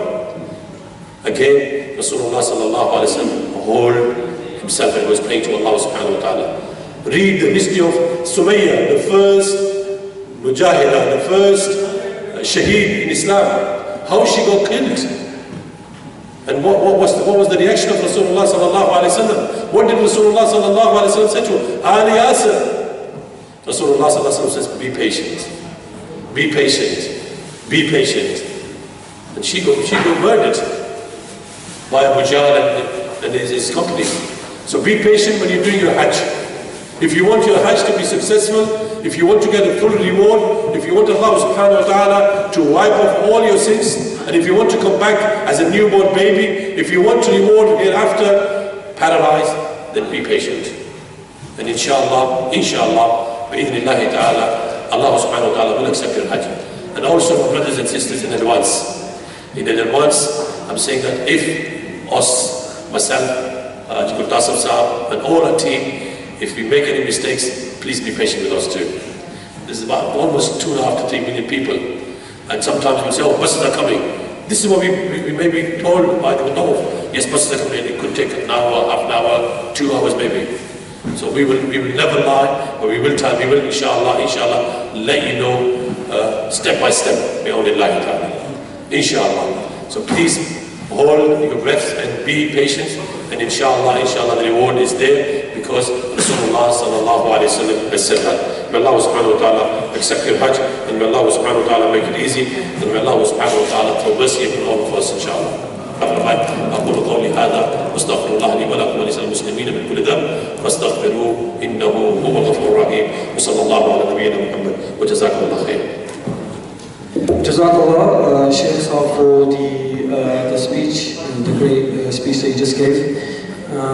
Inshallah, we look forward to your company during Hajj as well, inshallah. So now we are on to the second part of the seminar, and this will be the logistics. And we will be going through the itinerary as well. So it's very important that you focus on this part, inshallah. So it will be a presentation, inshallah. So let's go ahead with that. That will be myself.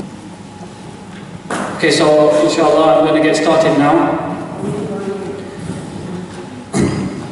So first of all, the most important part, I think, at this moment in time is we must distinguish who the group leader is, who the group leaders are going to be, because we have 3 different groups in this group itself. So we have Sheikh Shu'aib, we have myself, of course, and we also have Qari Arshad. Qari Sahab is the one sitting in the middle with the grey. You can just put your hand up, Qari Sahab. Yes. So that is Qari Sahab himself, inshallah. So he's the group leader as well. And we also have my father as well, so he does not need an introduction, but he, inshallah, will be the group leader as well. Now, like I said, in this room there are 3 groups. There's group 1, which is the 3-week economy group. You know who you are, so just bear that in mind. The reason why I'm pointing this out is because throughout this presentation I will be referring to you as Group 1, Group 2, Group 3. So Group 1, you are the 3-week economy group. Group 2, you are the 2-week economy group. And then Group 3, that's the deluxe group. So just bear that in mind, inshallah. So now it's important to also establish the dates that you will be departing on, inshallah. So Group 1, Group 1 will be leaving on the 12/13th of August. So we have the group itself, the 3-week group, will be leaving on the 12th of August, and there is some of the group that will also leave on the 13th of August. So we will get into more detail, inshallah. Khan Sahib will actually distinguish this, inshallah, in the third part of the segment. I don't want to confuse anyone, so just bear that in mind. Group 1, there is a group that will be going on the 12th. Also, there will also be a group that will be going on the 13th, inshallah. We have Group 2, which is departing on the 15th of August. And Group 3 will also depart on the same flight as Group 2. And that will be, of course, on the 15th of August, inshallah. Now, the timings of the flights, again, Mr. Khan will brief that in the end, in the third part, the third segment, inshallah. And so I don't really want to get into times at the moment. Like I said, it's going to get a bit confusing. So what is important, though, is that you arrive at the airport 4 hours before your departure time. It's very, very important that you arrive at your departure, at the airport 4 hours before departure time. Every year, we have the same problem, same issue, where there is a group of people or an individual that turns up a bit late, and that can keep the group, it leaves the group back a bit, so it becomes a bit of an issue. So you have to make sure that you arrive at the airport 4 hours before departure. Now we get a lot of people asking why they're so early. You must bear in mind this is a Hajj flight. It's no normal flight, it's a Hajj flight. So if you miss this flight, then that's it. Your package, everything that you pay for is more or less finished. So make sure that you arrive at the airport 4 hours before departure. There could be traffic in the way, anything can happen. So just make sure that happens, inshallah. You arrive, because we are going to be there. Me, myself, my group, with my group, I will be there, inshallah. I just missed out on one of the points, actually. So who will be appointed as the group leader from here? So Group 1, those who leave on the 12th of August, Sheikh Shuaib will be your group leader. So Group 1, Sheikh should just take note of this. It's very important. So Sheikh Shuaib will be your group leader. That will be for Group 1. For Group 2 and Group 3, because we are leaving on the same flight, I will be the group leader, inshallah, on the 15th of August. So just bear that in mind.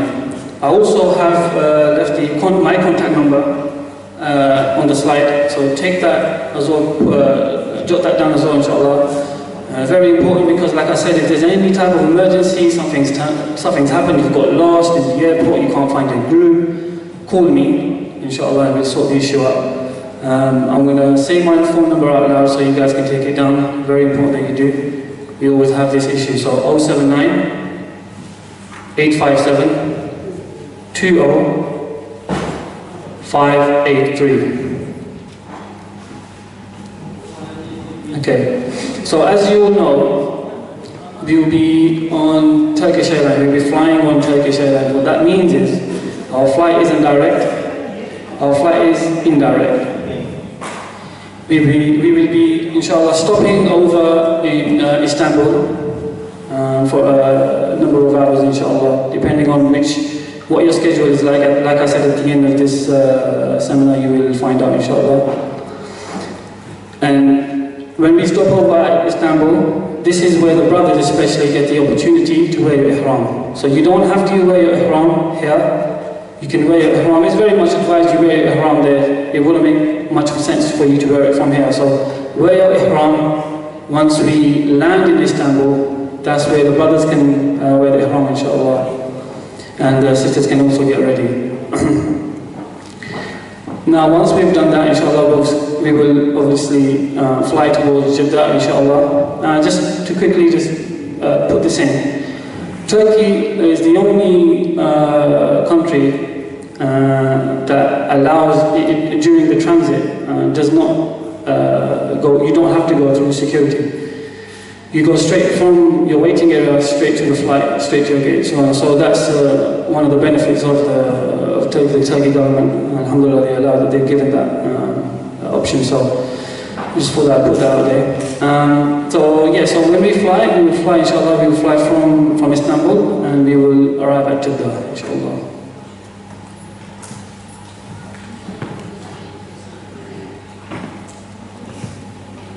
So now it's very important that you focus on this part. It's probably one of the most important parts of your whole whole journey in terms of when it comes to, you know, patience in itself and waiting and all sorts. It's very, very important that you listen to this, because every single year we have this issue. There is someone in the group that will do something outside of what we told them, and then it really holds everybody back. So just, inshallah, just concentrate on this, especially on this side if you can. So when we arrive at the airport, we will be taken to a waiting area just before immigration. So we will be taken to a waiting area for, inshallah, hopefully for as little as possible, but bear in mind that it can take up to 6 hours to stay in that waiting area. It can take that much time. Now there's a reason for that. There are thousands and thousands of people flying in, and now they are trying to reduce, of course, the traffic, the queues and everything else. So what they do is, the flights that come through, they put them in waiting areas. If there isn't much of a queue, then they'll let us go to immigration. But if there's a lot of a queue, then that can be an issue. So we will have to wait in that waiting area. So bear in mind that we may have to wait up until 6 hours. I've had 2 experiences, of course. I've been Hajj twice, but alhamdulillah, I haven't gone through that experience of waiting in the waiting area for more than 2 hours. So it's been okay since when I've been so. But I have heard of incidences where, of course, a lot of people have waited for 6, 7, maybe even 8 hours. So just bear that in mind and stay prepared, inshallah. So once we have been released from the waiting area, we go to immigration. Now the immigration is very much simple, it's straightforward, it's really truly just like any other airport. You do the immigration and then you move into the luggage area. Now here in the luggage department, where you have to collect your luggage, this is where it's very, very different to any other airport. Very, very disorganized. And you can't really blame the government in itself, because like I said, there's many, many people. So the suitcases are really and truly all over the place. And so it's very, very important that you highlight your luggage. We're going to give you that tags, inshallah, but that might not be enough. And so make sure that you highlight your suitcases, so much so that once you arrive at the luggage area, you can identify it straight away. Because it's important that we do identify the items as soon as possible, because we want to move as quick as we can. So it's very important also that once you have identified your luggage, you don't leave the airport, regardless of what anyone else will tell you. We will be there, the group leaders will be in the airport with our banners, and we will wait for everyone inside the airport. It's very, very important you don't leave the airport, because if you leave the airport, then you'll be taken by one of the Hajj Ministry officials to another group, and then God knows where you're going to end up. So very, very important that you stay with the group. As soon as you found your luggage, don't leave for the exit. Regardless of what the Hajj Ministry officials tell you, you stay put, you stay with us, and then you listen to the group leaders. And then, once the group leaders left the airport, you leave with them. So once we have left the airport, we will take your passports, and then we will give your passports to a Hajj Ministry official who will collect the passports. Now we have to wait there. This will be literally just outside, we will be just randomly outside, and we have to make sure we're together as a group. There is no real waiting area at this point. We're just outside, so it's very important that we stay together. We're going to have the banner, of course, so stay with the banner, stay with the group. Now what happens is, in between that time, there will be luggage, you could call them individuals that will come with carriers. They will have carriers, luggage carriers, and they will tell us to put their luggage, our luggage, on the carriers. Now again, it's important that you don't put your luggage anywhere until we tell you to, because these officials or these individuals, they go around and ask anyone to put their luggage in, and they just want to get on with their job. So it's important that you do not listen to them. It's very important that until we tell you to put the luggage into a specific carrier, then you do that, inshallah. So once we have put the luggage in the carriers, those carriers, they will go off to the coach waiting area. But we don't follow them. We are going to stay put until we get our passport back. But it's very, very important also that you take note of the number on the carriers. There is a number, there will be like, it could be any number, it could be 12, 21. We will take note of it, but we are humans at the end of the day, in the heat of the moment. Maybe we may forget, but very important that everyone takes note of those those numbers, inshallah, because that way we can identify our luggages, inshallah. So once that's done, once the luggage is taken, we will wait for the Hajj Ministry official to come back with our passports, and then he will give us permission, inshallah, to leave for the coach waiting area. That's where we will go, inshallah. So now we will go to the coach waiting area. We, as British citizens, have a specific waiting area. Last time I went, it was the blue section. I'm assuming it's going to be the blue section again. So we will go there.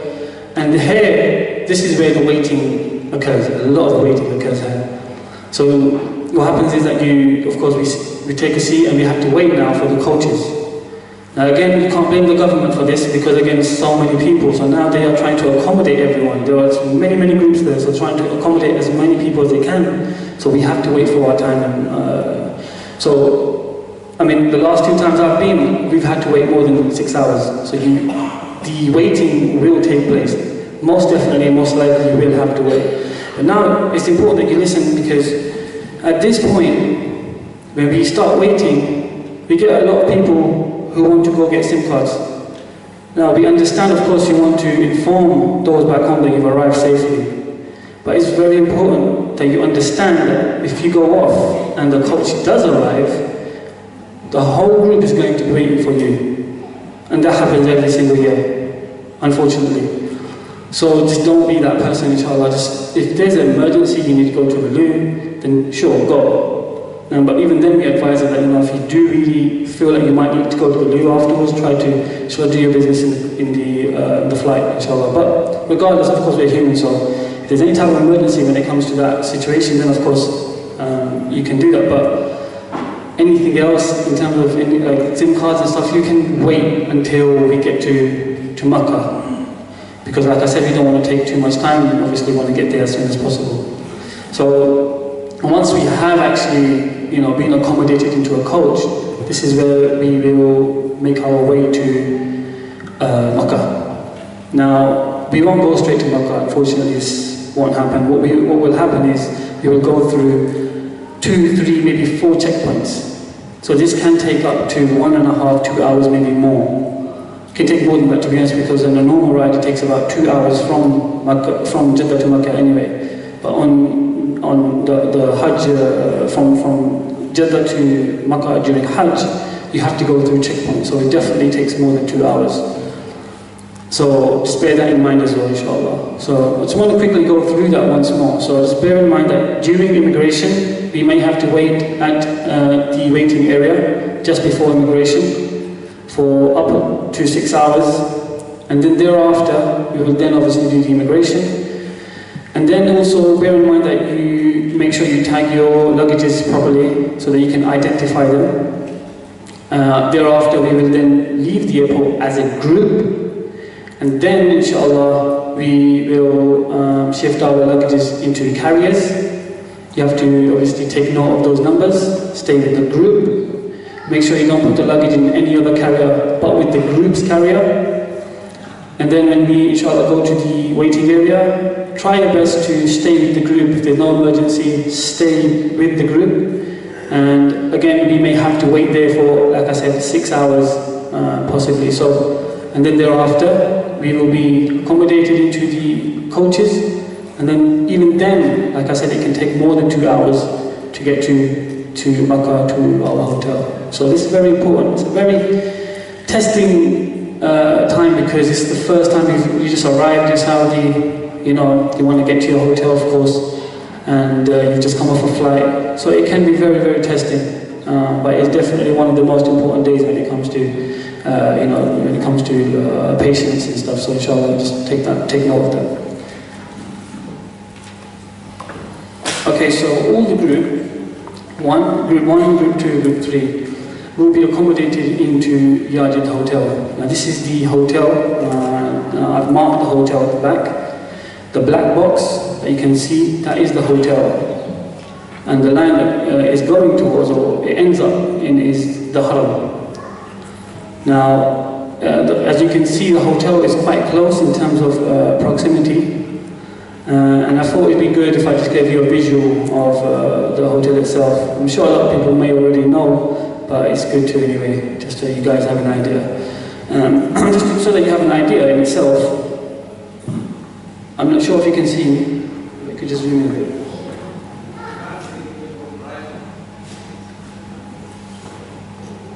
So just at the end of the line, you can see Pullman Zamzam. It says, Pullman Zamzam Makkah. This is the clock tower region.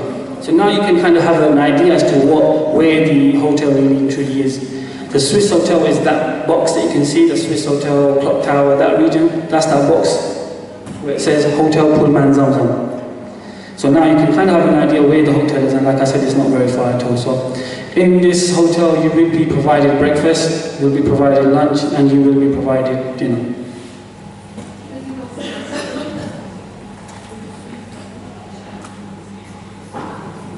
So your stay in Makkah before Hajj, so bear that in mind. Your stay in Makkah just before Hajj. Group 1, the 3-week group, your stay in Makkah will be 6 to 7 days. Now the reason why I've done 6 to 7 days is because, like I said, we don't know the exact time when Hajj will occur. So it could be 6 or it could be 7 days that you will stay in your hotel, Yajid hotel, just before Hajj starts. So bear that in mind, this is the amount of days you will stay in Makkah before Hajj starts. Group 2, the 2-week group, economy group, and group 3, the deluxe group, will be staying at this hotel, Yajid hotel, for 2 to 3 days. So bear that in mind also. So 2 to 3 days we'll be staying in that hotel before Hajj starts, inshallah. So yes, of course, just to point out that we will do Umrah together. Each group, once you arrive at your hotel, your designated destination, we will rest for a bit, so maybe for a few hours, of course, it's been some time. And then thereafter, as a group, it's very important that we do the Umrah straight away. So we do the Umrah as a group, the first Umrah as a group. So thereafter, of course, you'll have the opportunity, especially the 3-week group, they'll have more of an opportunity to kind of get ready for Hajj, do the Ibadah and stuff. They can do more Umrahs in between as well. Okay, so just before we get into the Hajj, I just wanted to give a visual, really and truly. And it's good to have a visual of the demographic, and to see what places you're going to go to, inshallah.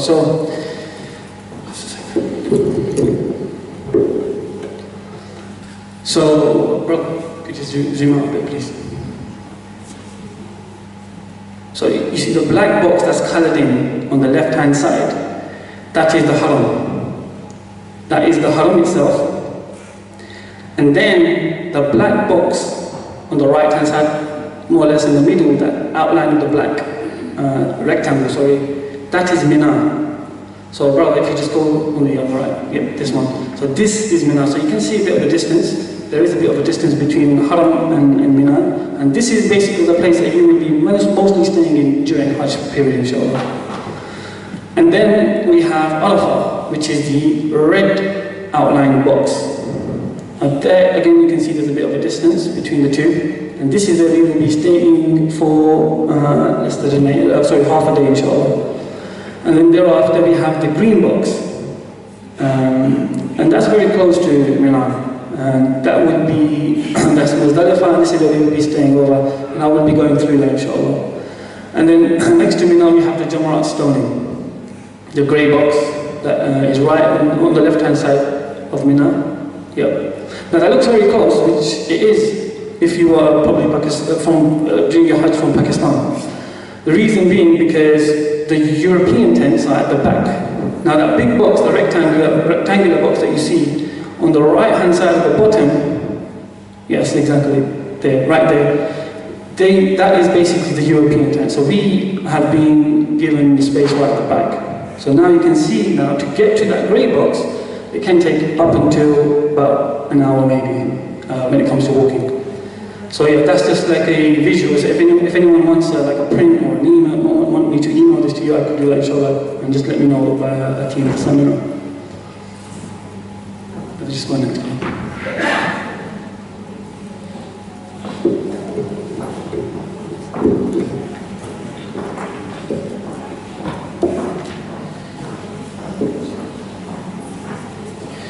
So now I'm not going to be using the Gregorian calendar. The Gregorian calendar is of course, the Western calendar that we normally use and we're familiar with. Because, like I said, we don't know when Hajj will occur. So I will be using the Islamic calendar now.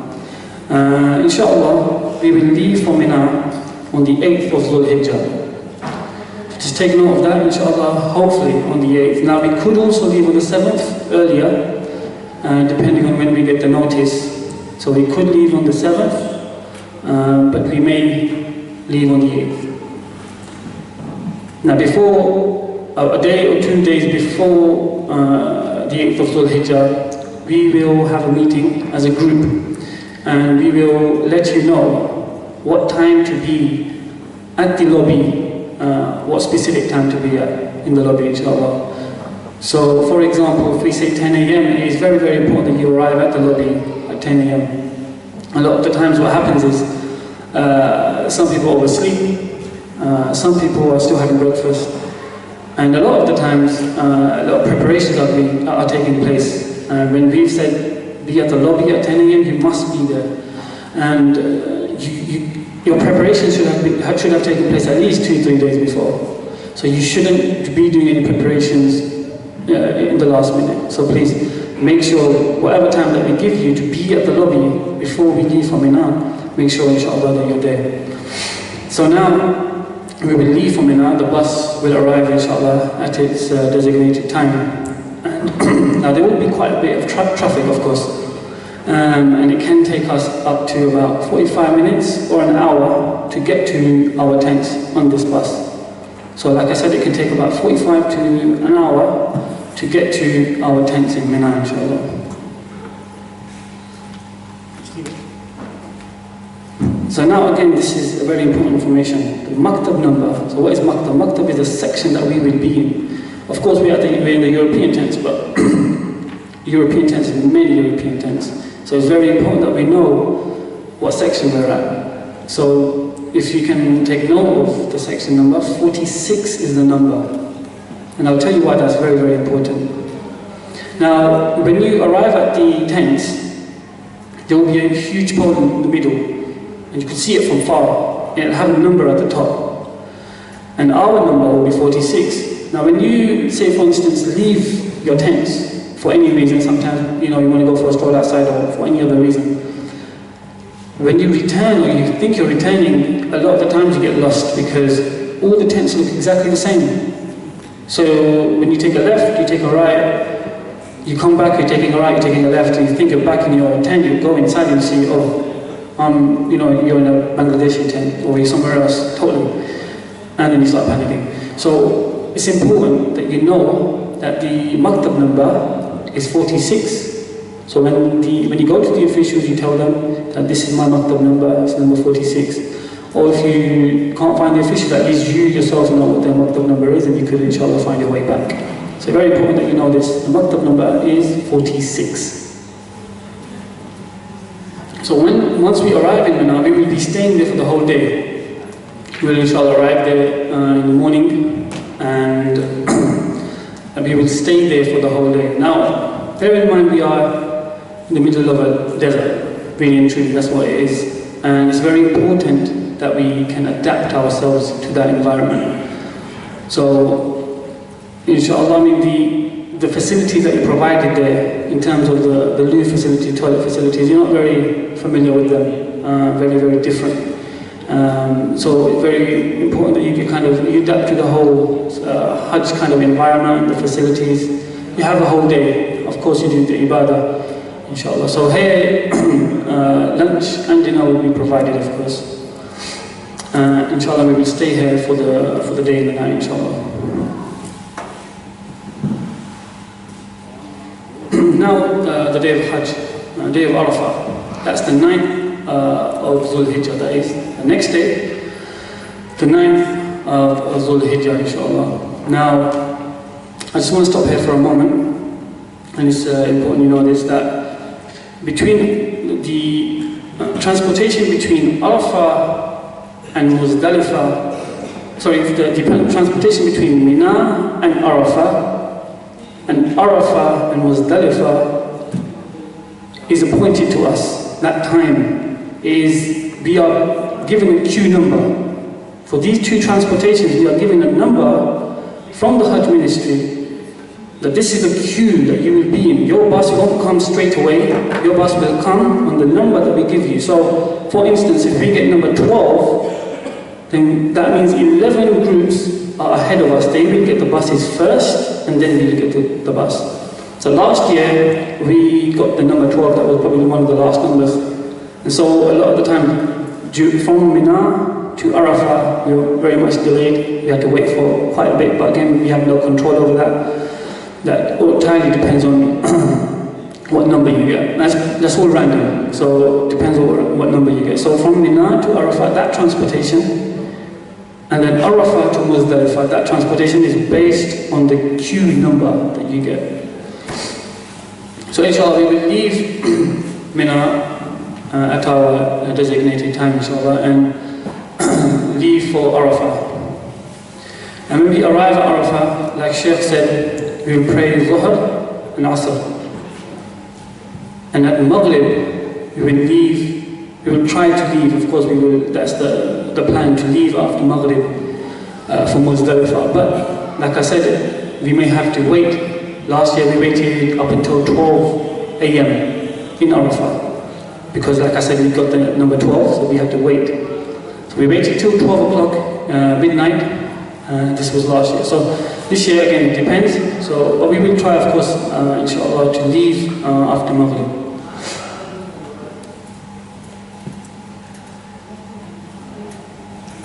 Muzdalifah.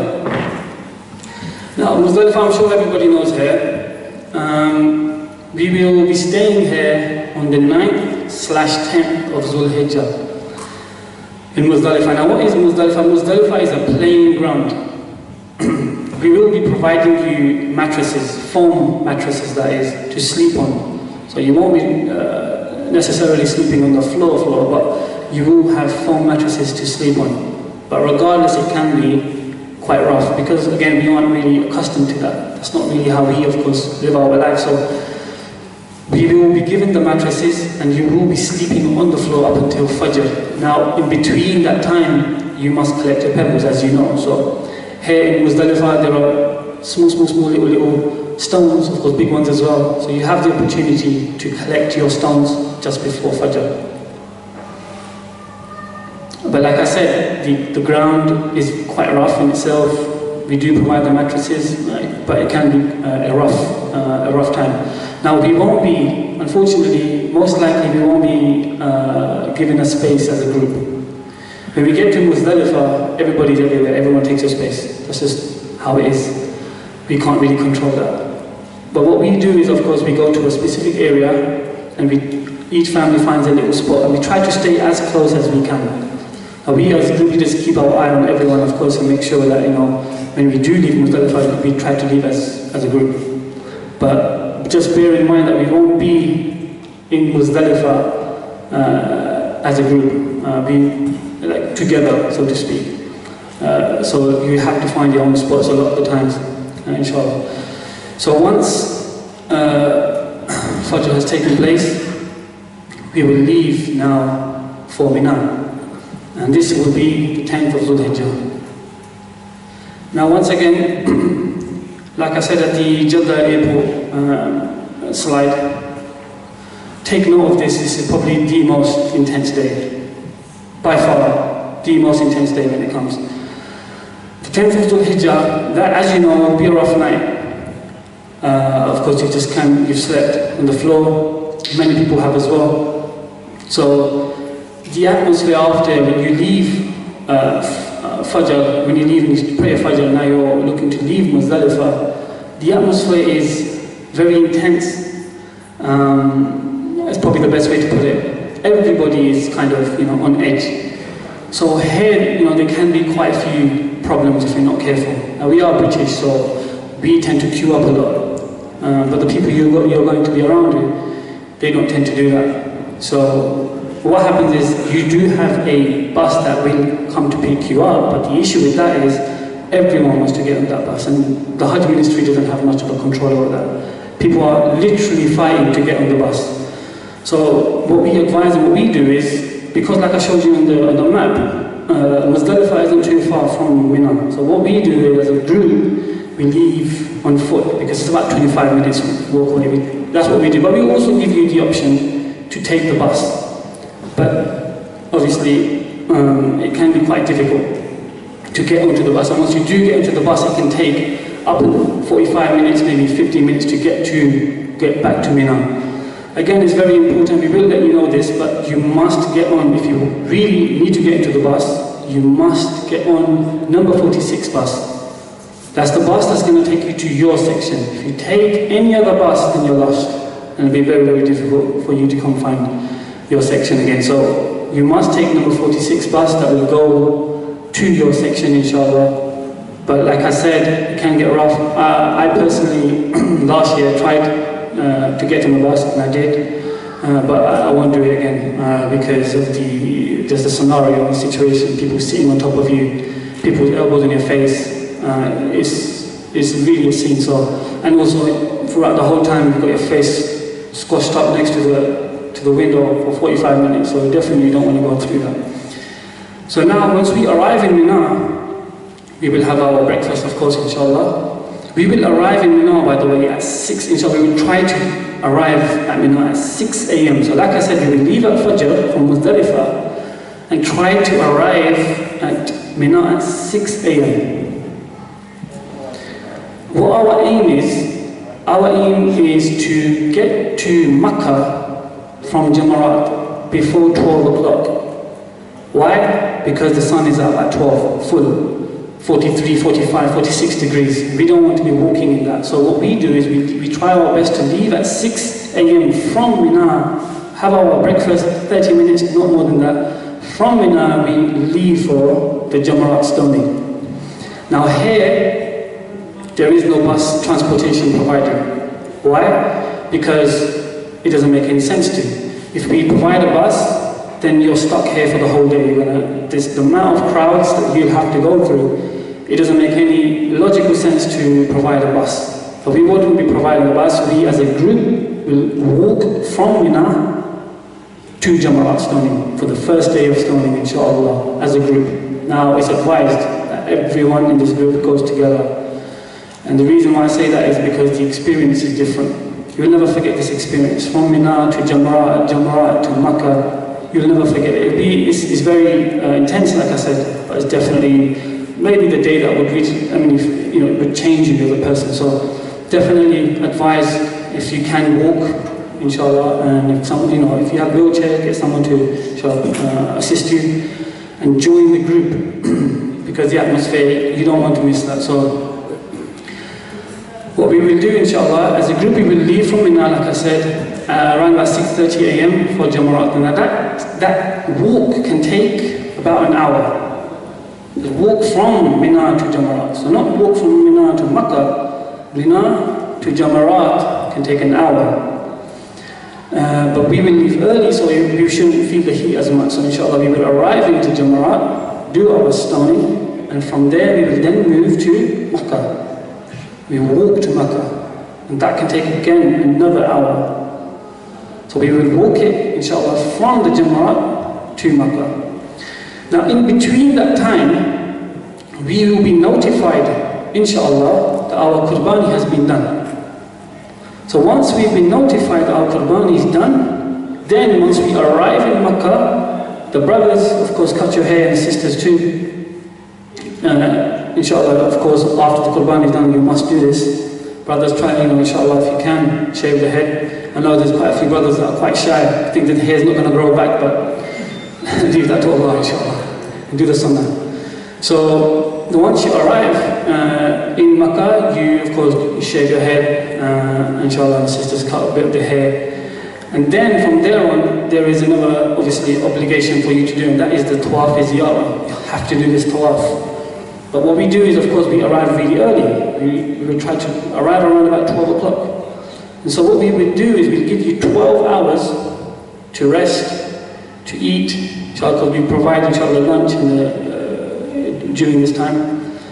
And then you can do your tawaf in between those 12 hours, whenever you want. We're not going to do it as a group. So you guys can rest, you can go to sleep, have a shower, And then from there on, inshallah, around about, we advise Maghrib, maybe Maghrib, just after Maghrib or Asr, do it, don't leave it to Isha, because then, like I said, we give you 12 hours, we're going to leave at 12 a.m. So you must try to do it within those 12 hours, and advise, like I said, around about Maghrib or Asr, to do it, because the sun isn't as, there's not much of, it's not as intense. So obviously during Maghrib the sun is down, so that's probably the best time to do it. So once that's done, we will inshallah meet up at the lobby again. And here we will now as a group go back to Mina. Now, it is very difficult for us to provide a bus from here, from Mecca to Mina. We will try our best. Every year we try our best, and alhamdulillah we are successful a lot of the times. And we will try to get a bus from Mecca to Mina, but bear in mind that the walk can take place. It's not going to be as intense as it was in the morning, because of course the sun is down, but just bear in mind that this walk can take place. And then inshallah the 10th of Zulhijjah we'll leave from Mina, so from Mecca to Mina. Now you can understand as to why I said it's probably one of the most intense days, because there's a lot of walking to do, there's a lot of physical activity under the sun and everything else. So yes, inshallah that will be the 10th of Dhul Hijjah, bear that in mind. Now we have the stoning day 2 and stoning day 3. That will take place on 11th, the stoning day 2 will take place on the 11th of Zulhijjah, and stoning day 3 will take place on the 12th of Zulhijjah. So on stoning day 2, we will leave Mina to Jamarat on foot, do the stoning, go back to Mina. So bear that in mind, from Mina to Jamarat, back to Mina again. And then on the 12th of Zulhijjah, we will move from Mina to Jamrat, do the 3rd day of stoning, and then from there we'll walk back to Makkah. Now, on the 12th of Dhul Hijjah, we will provide a service. We will provide a bus that will take people from Mina straight to Makkah. So it wouldn't go, you won't be able to do your stoning, the 3rd day of stoning, if you cannot walk. Especially the elderly, we will provide the facility on the 12th of Zulhijjah, where the bus will take you and your luggage, everyone else's luggage inshallah, will take you to your hotel in Makkah, but it will go straight to Makkah and you won't be able to do your stoning. So in that case, you have to give that responsibility to someone in the group, someone from the family, family member or anyone else to do your stoning for you. Those people that will go on foot inshallah to do the stoning. So this is the 12th of Zulhijjah inshallah. So this is when Hajj is complete, finished, and we will arrive in the hotel on the 12th of Zulhijjah inshallah.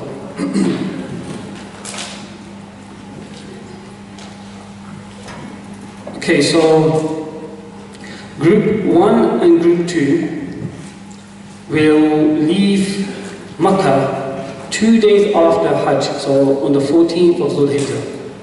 You will leave for Medina, inshallah, together for Medina, inshallah. Group 3, the deluxe group, you will leave the hotel, the Yajid hotel, at the same time, so the 14th of Zulhijjah, but you will be shifted into the Swiss hotel on this day, inshallah, on the 14th of Dhul Hijjah, and here you will spend, inshallah, 6 nights further in Makkah, in the Swiss hotel, inshallah.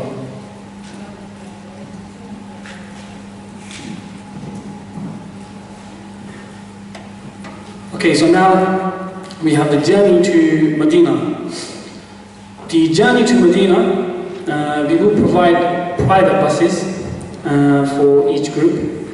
And the journey itself can take about 6 hours, 5 to 6 hours it can take to get to Medina, inshallah.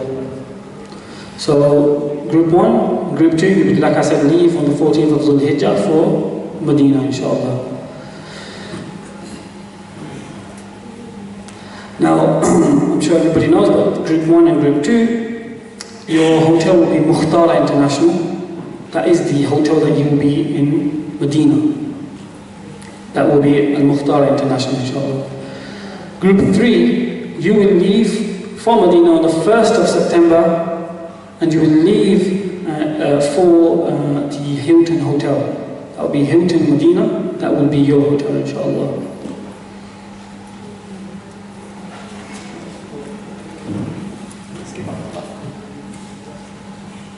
So what to do in Medina?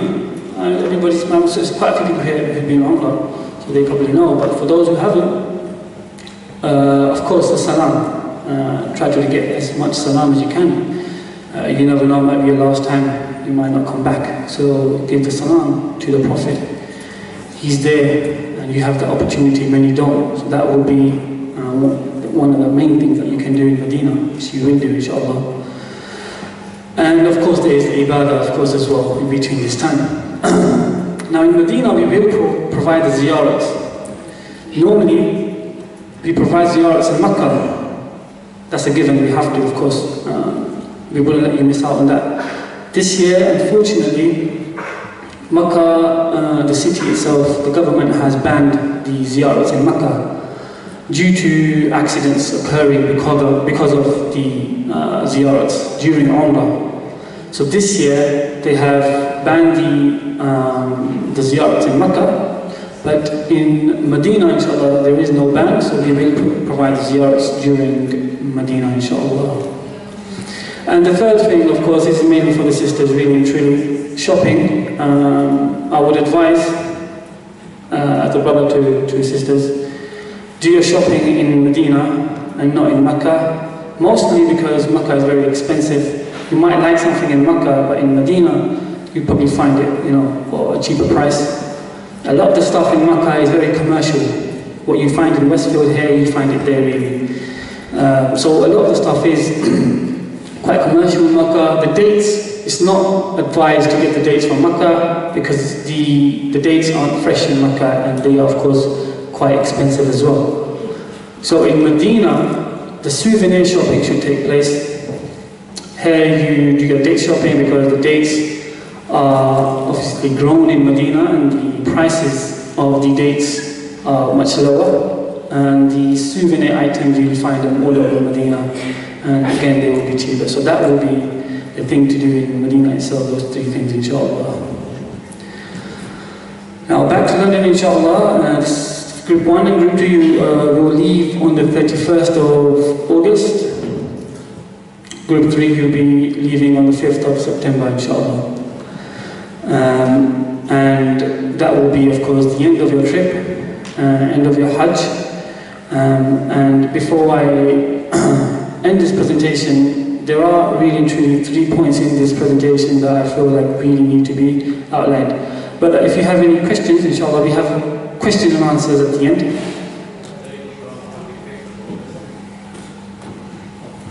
I apologize. Yes, we don't go back in time. It's the 5th of September. Thank you for that. The 5th of September that we will return, inshallah. So there are 3 things that I want to really point out, and the reason for why I really truly, did this presentation. The first one being Jeddah Airport, second one being the 10th of Dhul Hijjah, and the third one, at a lower level, but 12th of Dhul Hijjah as well. The Jeddah, like I said, there's a lot of waiting to do here. A lot of waiting. They can take a lot of time. We've been very fortunate if we actually get, we have to only wait for about 4 hours, 5 hours maximum. That will be very fortunate of us. So just bear in mind, Jeddah, there's a lot of waiting, and that can be very testing. 10th of Dhul Hijjah, that is the most testing time. For me personally, I've been twice, so I feel like that is, maybe people have different experiences, but I know just by looking at the groups, my own condition as well. I'm a young man, so I'm not too bad. I can walk, but in that environment it's different, under the heat and everything else. A lot of the walking can, get quite intense, and we're not very used to that. So just bear that in mind, inshallah. And the 12th of Dhul Hijjah, again, the walking can take place here as well, of course. Like you walk from Mina to Jamrat to Makkah as well. So that is another intense day. So please bear this in mind. So this is the end of the presentation. I hope it benefited people here. Now if you want this presentation, inshallah, at the end of the seminar, just let me know, I'll email it to you, inshallah. So this is the end of this part of the seminar, the second part of the seminar that is. Now this, what I've just explained, will be briefed in Urdu by Mr. Khan at the end, inshallah. So now, of course, the end is there. We are on the third part of the seminar now. And this part, like I said, will be the briefing of the documents and the accessories, inshallah, that we will be providing for you. Thereafter, inshallah, we will pray Zuhr. After Zuhr, there will be question and answers. And after that, inshallah, we will have lunch.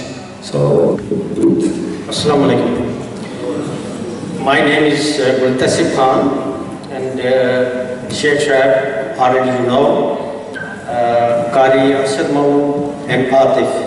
We four are group leaders, and inshallah they explain everything. I will try my best to as quick as possible because we are running out of time for prayer and also for food. So we four people, and plus for ladies. My wife, Mrs. Khan, she is also with the group and she will be available like us. So, due to any reason, if you could not understand anything, then don't worry. We are with you 24/7. We are available step by step. Inshallah, this is our responsibility to make your Hajj successful after Allah, inshallah. Every step, if you need any kind of guidance or information, religious point of view, or in regards to logistics, then inshallah we are available. The same hotel where you will stay, inshallah we will stay there. 3 times a day, breakfast, lunch and dinner, inshallah we will be there in dining hall. So we are in your access, inshallah. Please give me one bag. So most of the things Atif and Sheikhs are covered. I just want to mention to you that initially we have booked our flights for 12 and then 15 because there were 2 groups. And due to these holidays, due to these holidays, flights are not available. Lot of groups, lot of my friends, they have arranged visas, hotels, both in Mecca and Medina. They have paid everything, but unfortunately they are still looking for the flights. This year we are facing a lot of problem in this regard. So, inshallah, we have discussed with the Turkish airline lot of time from last 5 months. We have paid a deposit and all the money we have paid. But due to this situation, initially they were giving us a flight from here to Istanbul and 10 hours waiting there. But we refused it, and we suggested them that we can, if you give us minimum waiting time there, then we can spread these people in different dates. So anyhow, alhamdulillah, we succeeded, and few people are going, inshallah, on 12th, about 80 people, and Sheikh Shahab will lead, inshallah, this group. He will be available at Heathrow Airport 4 hours before your departure, inshallah. And Atif will be there as well, just to assist you. And the flight on 12th August is 10 p.m. So please, you must be at the airport about 6 o'clock. So the second flight is 13, and that is half 6:30, inshallah. So you must be there about 2 o'clock at Heathrow Airport, Terminal 2. Third flight is also on 14 August, and that will be 6:30, inshallah. And you must reach there 2 o'clock. The fourth flight is on 15. All the deluxe package people are on 15. And your flight, this is the last Hajj flight. That will be 11:30 at the morning time. So you must reach there about 7:30 at the airport, inshallah. This is in regards to a flight, and we have, I'll show you all the documents which we are providing at the moment, and all the schedule, everyone we are giving at the moment. And inshallah, rest of the things Atif have already explained. I will explain later in Urdu as well, because a lot of people are, they want to explain in Urdu. The flight will stay, all the flights will stay in Istanbul. We'll take Ihram from there, then we'll go to Jeddah. A group leader will inshallah guide you about the Miqat. Miqat will be, as mentioned by the Sheikh, the Miqat will be about 20 minutes before landing. So at that point, you must be in Ihram. And you will make niyyah at that point. Then inshallah, because this is Hajj and Umrah, then we'll go inshallah Jeddah airport. Waiting is inside, outside waiting. You must be, you will not leave the group. There will be lot of rush. Lot of people are coming from the different parts of the world. So you must be with your group leader, inshallah. Then we'll move to Makkah. Briefly I will tell you, because Atif have covered all these things. Then inshallah we'll do, first of thing we'll do, inshallah, after check-in, we all are going to Hajj and Umrah, as you know, and we'll go for the Umrah. So inshallah we'll split different groups, and our staff in Makkah, they will inshallah guide you, and we'll go for the Umrah, and after Umrah we'll take off our Ihram. Then 2-3 things I just want to mention you that might be we'll move to Mina. It entirely depends on our Muallim, office number 46, as mentioned by Atif, that inshallah will, if Muallim will decide to give us buses on 7th Zil Hajj, that will be about 19 August, hopefully. Then inshallah we'll move on 7th August. Otherwise, 8th Zil Hajj morning, most probably 20 August, because it is entirely upon the moon sighting. So 20 August morning, inshallah, we'll move to Mina. Whole day we'll spend there. Next day we'll go to Arafat. Whole day we'll spend there, and then we'll spend next night in Muzdalifah. Just keep in mind, in Mina, Arafat and Muzdalifah, there will be approximately 3 million people in that area. So please don't create any kind of problem for others. For example, whenever you go for the washing, for toilet, keep in mind that a lot of people are waiting there. Our sisters normally go there and they try to wash their clothes. So it takes long time and people are waiting outside. So this is, please don't create any problem for others. Look after other people as well. And during these Hajj ritual days, I will suggest we will provide inshallah food in Makkah, Medina, Arafat, in Mina, everything. We have inshallah arranged everything. But I request you that during these days, eat less, just to save yourself and save others. And this was the only one thing which I think Atif skipped in regards to the toilets. And then inshallah on 10th of July we'll go to for first day of pebbles, we'll throw the pebbles and then we'll go to Mecca. During this period our Qurbani will be held. We'll inform you that your Qurbani is held and you go take off your ihram. And then we'll give you 12 hours there.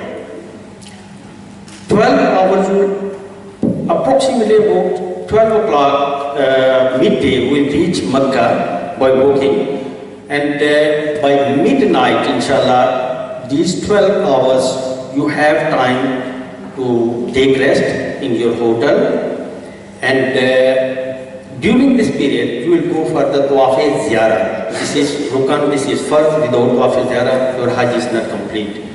So by midnight, you will complete the Tawaf-e-Ziyarah, and inshallah, about 12 or first 1 o'clock morning, inshallah, we'll go back to Mina. Then next day, pebble, then last day pebbling will come back to Makkah, inshallah.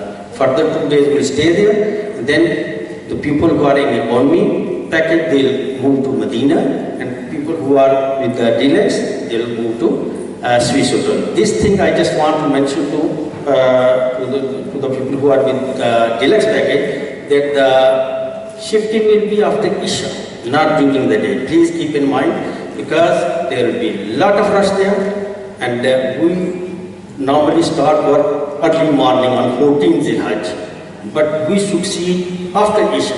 Whole day we spend in Swiss Hotel, and we are after rooms, and rooms are available after Isha. So keep in mind, we'll take food in Yadiyat Hotel, and then inshallah after Isha we'll move to a Swiss Hotel. These were the few things I just wanted to mention you. And the next thing is that this is the packet, inshallah, we are giving you. Your passport.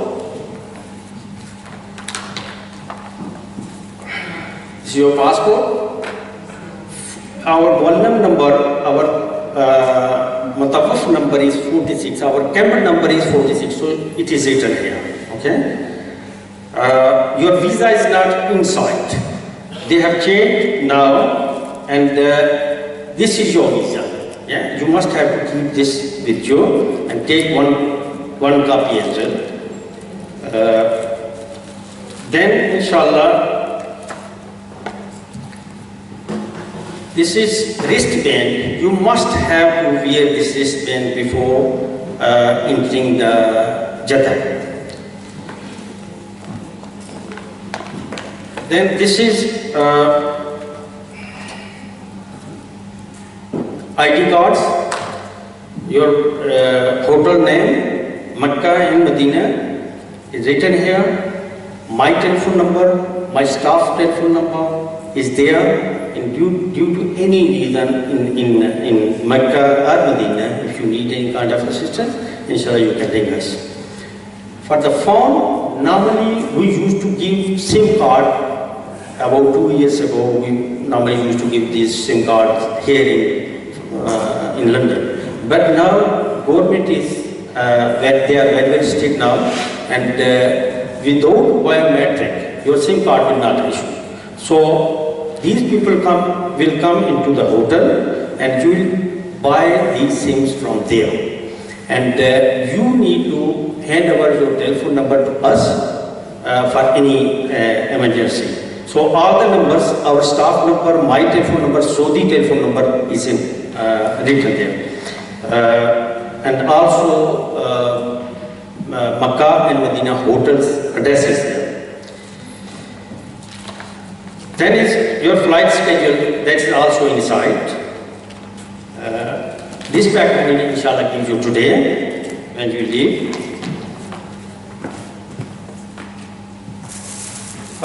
For the men, we are inshallah providing ihram. You must have to buy one more ihram. One ihram is from Qibla Travels.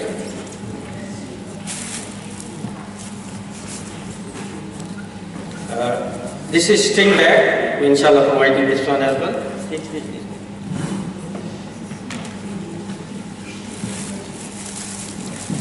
Ihram belt. Also this rucksack, I request you that when you go to Mina, kindly take minimum luggage, your medicine, and first day, 7th or 8th Zilhaj when we will go there, then take extra ihram, that's it. Rest of the things you can keep in your hotel. So this rucksack inshallah will provide to everyone, to ladies and gents. These are luggage tags to everyone. So kindly put these luggage tags to assist our staff in Makkah and Medina. We are providing umbrellas, inshallah. And for sisters, scarf only. Scarf, umbrella, these rucksack for sisters.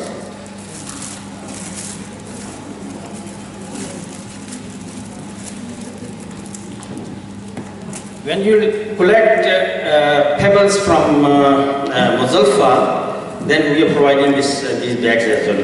So you have to collect about 49.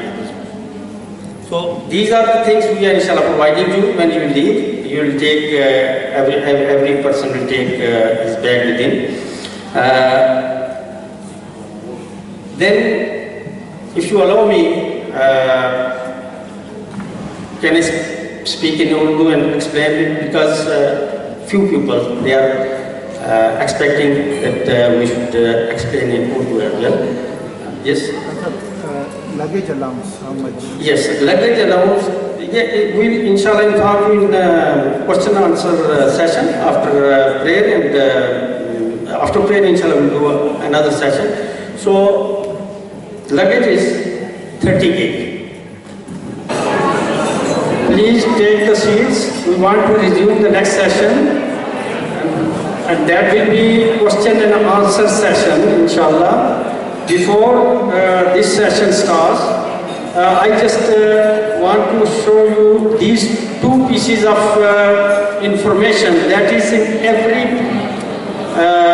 every box, in every bag. Please kindly read this information carefully. This is checklist plus the other information is written here, so kindly read it properly. And the second thing is that we have Hajj and Umrah books. Inshallah we are giving to everyone, free of cost obviously, in English and Urdu. The people who can read English, they can take from that table English book. And the people who can read Urdu only, they can take from there. Urdu and English books are available. This is Hajj and Umrah and Ziyarats explanation in these books. So inshallah we are going to start this question answer session.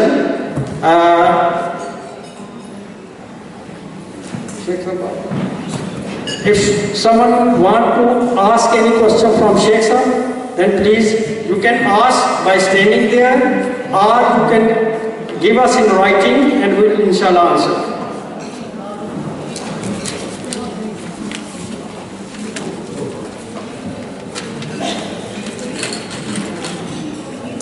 Assalamu alaikum wa rahmatullahi wa barakatuh. We've got, I think, 3 or 4 questions. Question 1, where to meet at airport, inshallah. That's terminal number 2. Heathrow terminal number 2, inshallah, the departure on 12th. Myself, I will be there 13th. One brother, inshallah. 14th and 15th, inshallah. We will let you know. Those who are going on 12th, you can take my number, which is 07 956 481192. I repeat, 07 956 481192. Question number 2, is it okay to clip hair after performing Umrah or to shave it? Indeed, there's no doubt it is afdal and better to shave your hair with a blade, or ustra we say. That is if you want to get full reward. And if you want to trim the scissors, yes, you can do it. There is a reward, less reward than shaving completely with a mousse. But both are perfect, right? And third is, sometimes the time is very limited, and then probably you will not able, your hair will not grow very fast. Again, some brothers, they just take a part from here, part from here.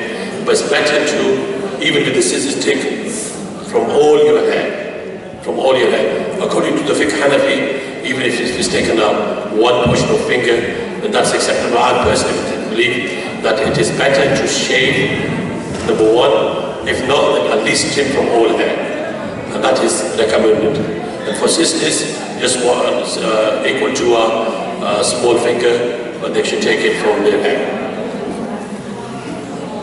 Intent is a cover provided for cover because of accuracy, yes. For those brothers who want 5-star deluxe, inshallah, that's provided. And in general, yes, there will be air cooler for everybody, bi'idhnillahi ta'ala.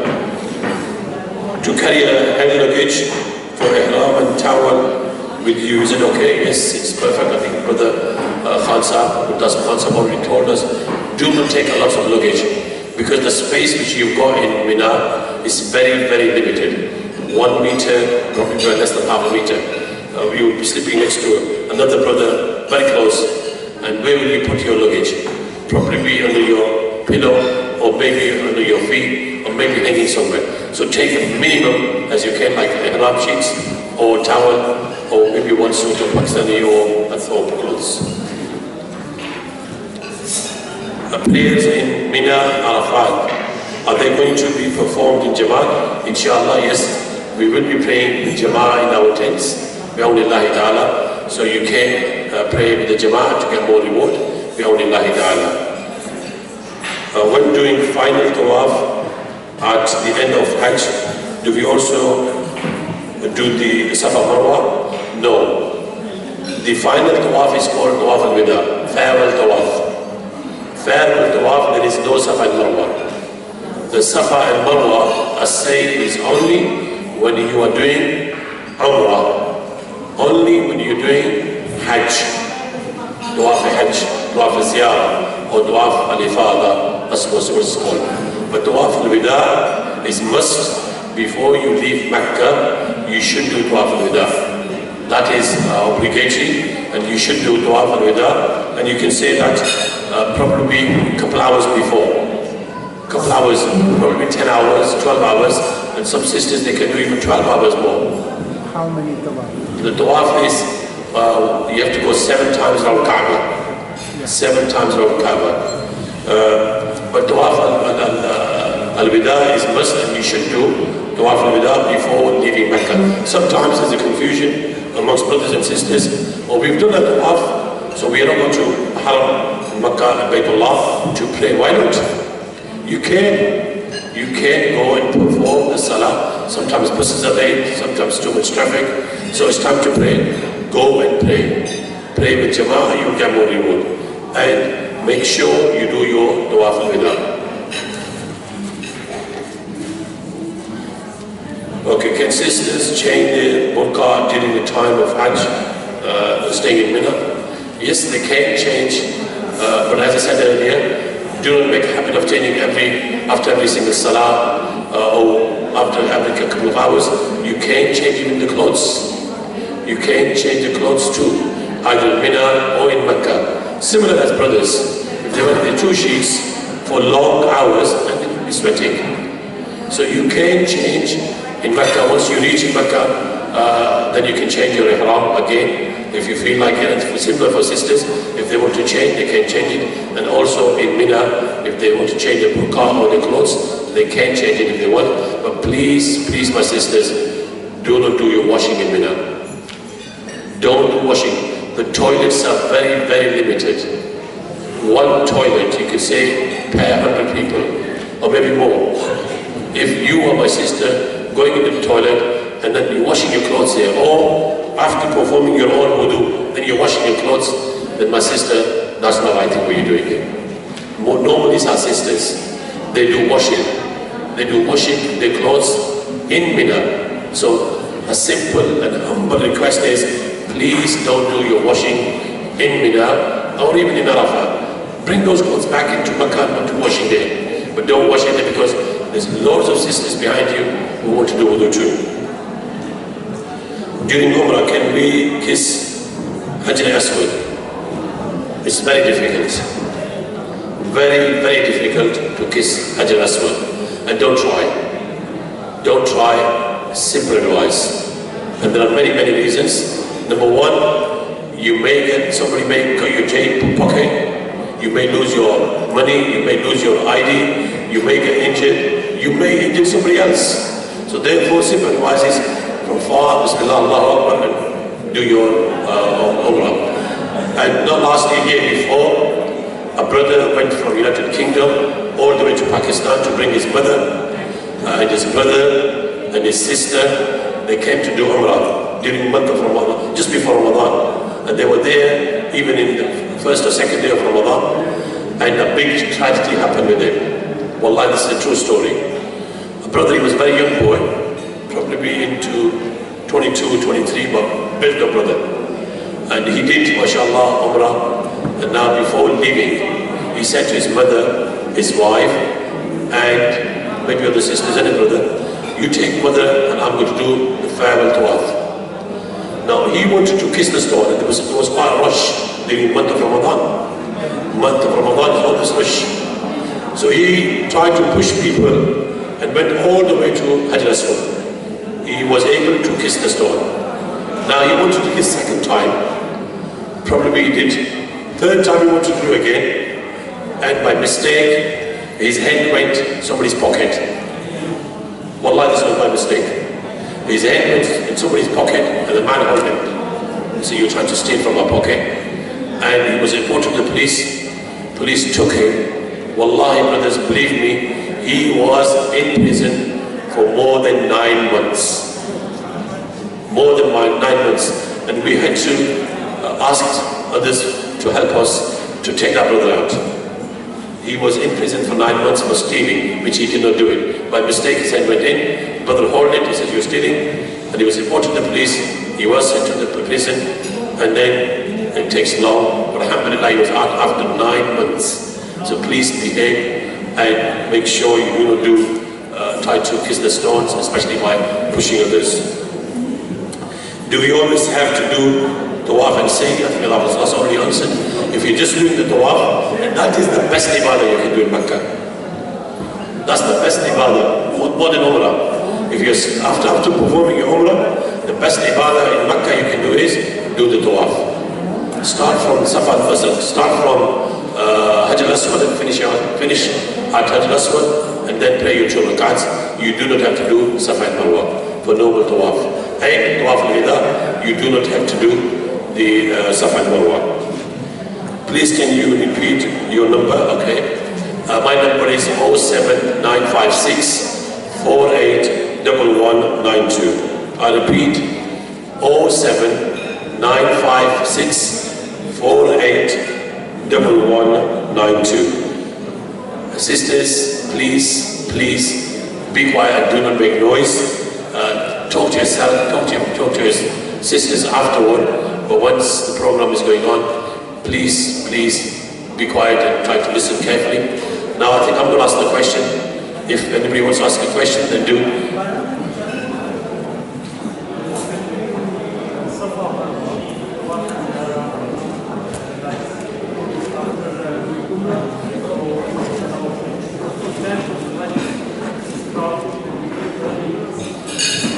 Beautiful question asked by brother. On 10th of the Hijjah, that's one of the busiest day. On Eid day, one of the busiest day, you can say even in Mecca, in Mina, and all the way coming to Mina. Brother said that if say I'm performing my tawaf al-ziyarah or tawaf al-hajj, and yes, you have to do the same, Safa and Marwa, you have to do your same. The best is do your tawaf first, and then do the same. Do not do the way around. Do not do the way around. And this is for those who are doing Hajj and Umrah.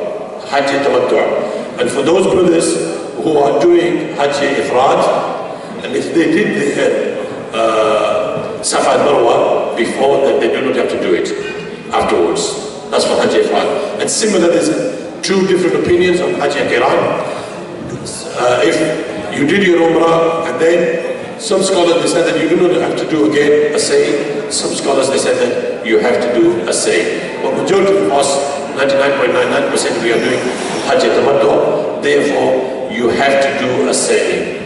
Some will say if a brother or sister, after performing their tawaf, they're not able to do their say. They can do that next day. They can do the next day. Or say that a sister or brother on first day, they went to Makkah and now they cannot perform. They did one round and it's very hard for them. Okay, no problem. They can go back again to Mina. And not on 12th, 13th, 14th, 15th, once they're okay, they can come and do their tawaf al-ziyarah or tawaf al-hajj or tawaf al-ibadah.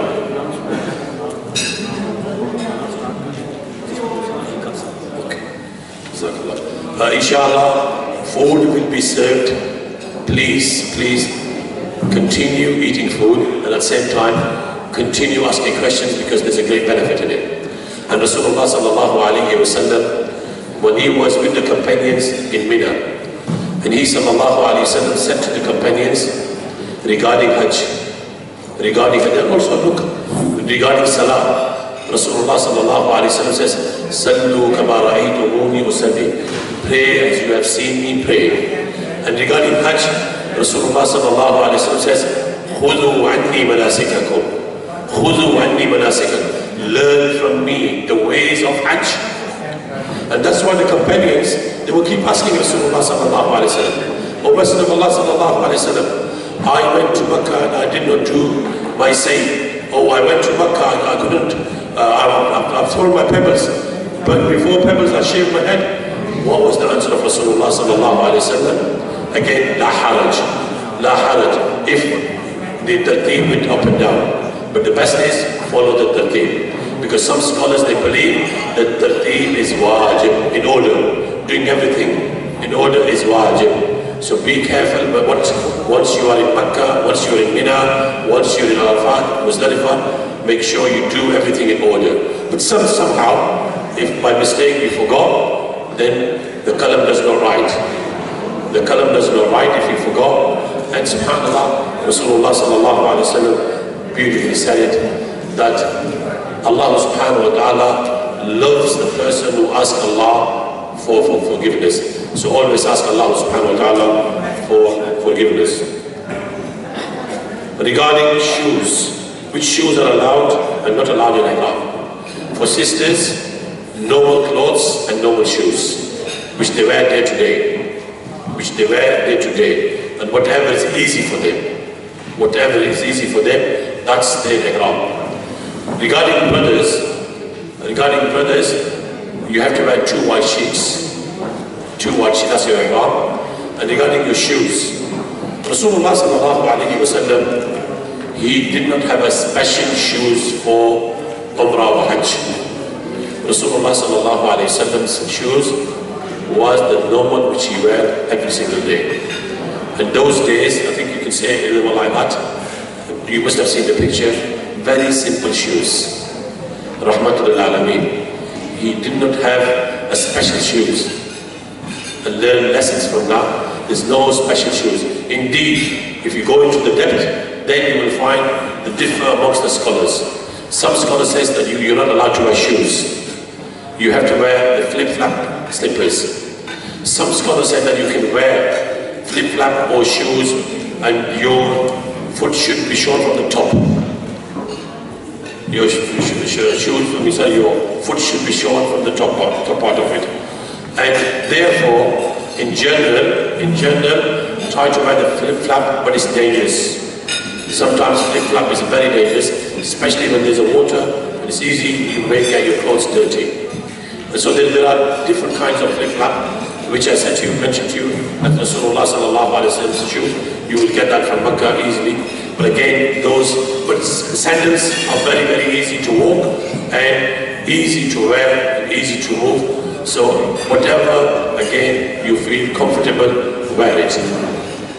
Sometimes a brother is not able to wear other than his shoes, maybe he's not feeling well, his sickness, or probably he had something, then in that case, he can wear normal shoes.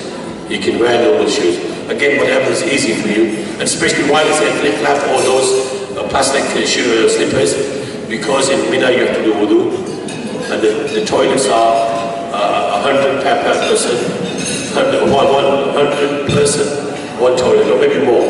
There will be long queue, and you will be waiting in the sun and sweating. So therefore, majority of the brothers, they think it is better for them to wear those flip-flap or the different shoes. Again, whatever is easy for you, please wear those kind of shoes. Hajj and Umrah, knee of Hajj and Umrah.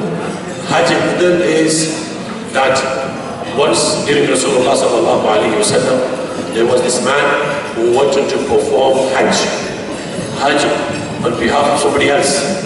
And he said, "Oh Messenger of Allah sallallahu alaihi wasallam, I want to do Hajj on Shubra."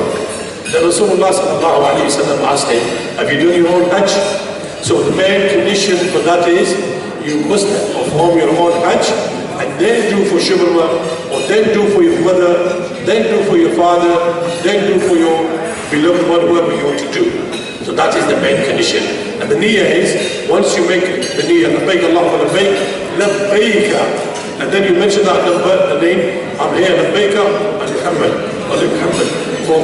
for Allah, I'm here presenting on behalf of Muhammad, or on behalf of my mother Fatima, or on behalf of my sister Aisha, or maybe whoever you want to perform Hajj for.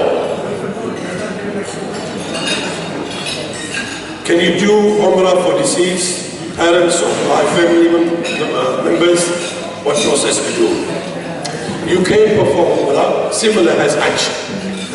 Similar as Hajj, again there is a qiyas on it.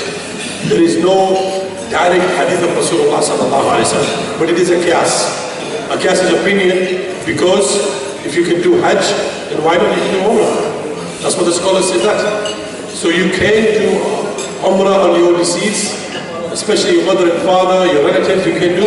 And again, make the niyyah once you are at the miqat, oh Allah, I'm going to do Umrah on behalf of, for my sister, for my father, so and so, whoever you want to do.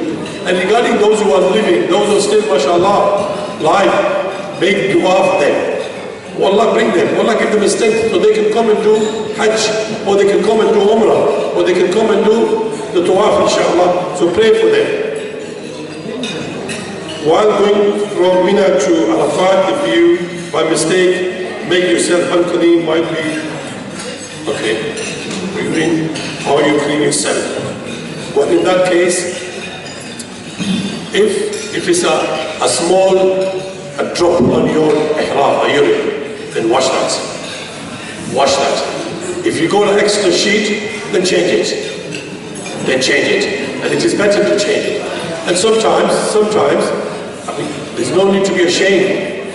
You know, sometimes, maybe some brother, maybe some sister, they want to wear those pull-up nappies. You're allowed to wear that. You're allowed to wear that if it's emergency, then why not? Because that's a part of life. You're allowed, but if you do not need to, then don't. Then don't. Any other questions before I ask question? And I will give a present also, inshallah. Ji. Okay, brother. Is anybody staying on the 13th because we're supposed to be studying the date of the Shriek, yes. You want to stay extra day? Yeah. No, normally, yes, we do have every year brothers staying behind on the 13th of the Hijjah. They're coming out from Mina. So we will let you know, inshallah. Allah reward you. See that this is a great reward.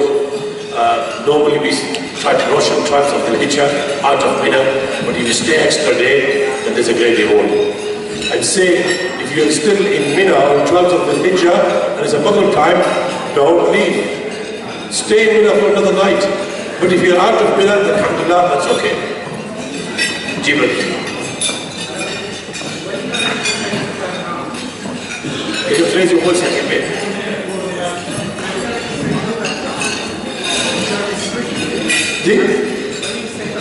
Yes? solve the various other things. Let's say there's a lot of walking, you might have blisters, you might get ill, etc. During that process or during that state, are you allowed to use a cream or any blisters or anything like that? Jazakallah khair, brother. I think we should have told our brothers this earlier. You have to do walking a lot. You have to walk a lot. And so you've still got a week, so please make sure you walk a lot. Because in Mecca you have to walk a lot. In Mina you have to walk a lot. In Arafat maybe if you want to walk you can, if you want to come back walking. But other than that only in your tent. From Muzdalifah you have to walk. Again from Muzdalifah to Mina. Mina to Jamarat. So do training now and walk a lot. Because it will be easy for you. And as brother mentioned, once you're in Ihram, and if you did not put your Ihram properly, if you tie your Ihram and your legs are like this, then there is a 99.99 chances you will damage your legs because they will be touching and probably you may get injured. And therefore when you put your Ihram on, make sure you do open your legs widely. That's the more, take that advice. Otherwise you may get injured. And number two, probably be overweight like myself, some brothers. Even if you put open your wide legs, then you put your ihram on, still there are chances you may get injured because of walking too much. In that case, why not? You're allowed to use creams, you're allowed to use medicines. This is for betterment. But you're not allowed to use perfume. Don't use that kind of sabun, soup, which has got perfume. Easily you can buy from here the soup which has got no perfume. Like sometimes our brothers think that after going to the battle, they're not using the soup. Why not? The purification, the cleanness is from Islam. Rasul sallallahu alayhi wa sallam, at-tuhuru shatrul iman. Purification is for part of our iman. After going to the toilet, make sure you wash your hands and wash it with sabun. Wash it with sabun because probably you may have heard there is no toilet papers in Mina. There is no toilet papers in Arafat. There is no toilet papers in Muzdalifah. You may need to carry with you, but probably. So maybe you need to clean with your hands. So watch out, please. And that's why we advise our brothers and our sisters that eat limited food in Mina. Eat limited food in Arafat. Eat limited food in Muzdalifah because of the toilets. Because you have to wait for hours. So make sure that you give chance to others. Say sometimes you will see a brother holding his stomach and he probably is coming in front of you. Let him go. You will get ajr inshallah. You will get reward. When is the best time to train the team? The best time to play at him may be at Dhuhr time. But even during Hajj, it's very difficult. Very difficult, yeah. What about the time for Al-Rawda for the women? Al-Rawda for the women? Yeah. Okay, in Medina al-Munawwara, there is a certain timing for our sisters to go to Al-Rawda, to say Salam to Rasulullah sallallahu alayhi wa sallam. And make sure, please, once you reach in Medina al-Munawwara, before even, we will let you know exactly timing. Normally it's after Fajr, not after Fajr directly, but 7 or 8 o'clock till Dhuhr, or just maybe before Dhuhr. This is normally day to day, but during Hajj they change, and might maybe sometimes after Dhuhr, and sometimes after Asr. But inshallah we will let you know, bi'awnillahi ta'ala.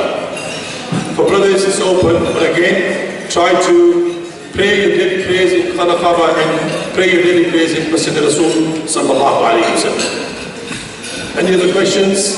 Ibrahim.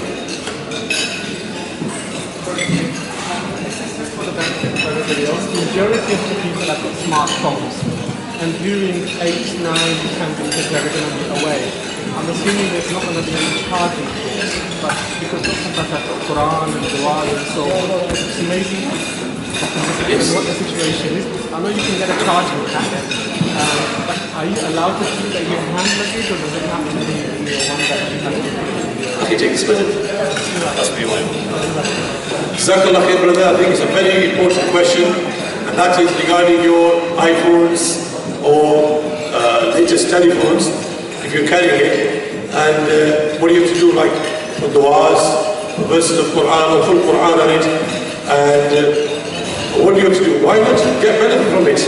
See, we are the Ummah of Muhammad sallallahu alayhi wa sallam, and we should and we must try our best to get more knowledge and use these kinds of iPhones or latest technology. So where we could get benefit, our children could get benefit, and the Ummah could get benefit. Now you will see, nowadays, it's very easy to download du'as, very easy to download the Quran, very easy to download full step of Hajj, how to do Hajj.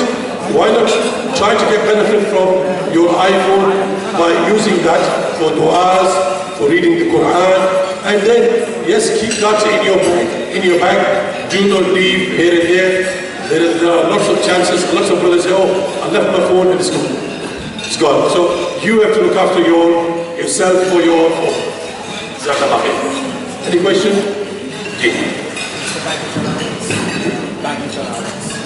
I think the brother already mentioned 30 kilo per person. 30. One bag only.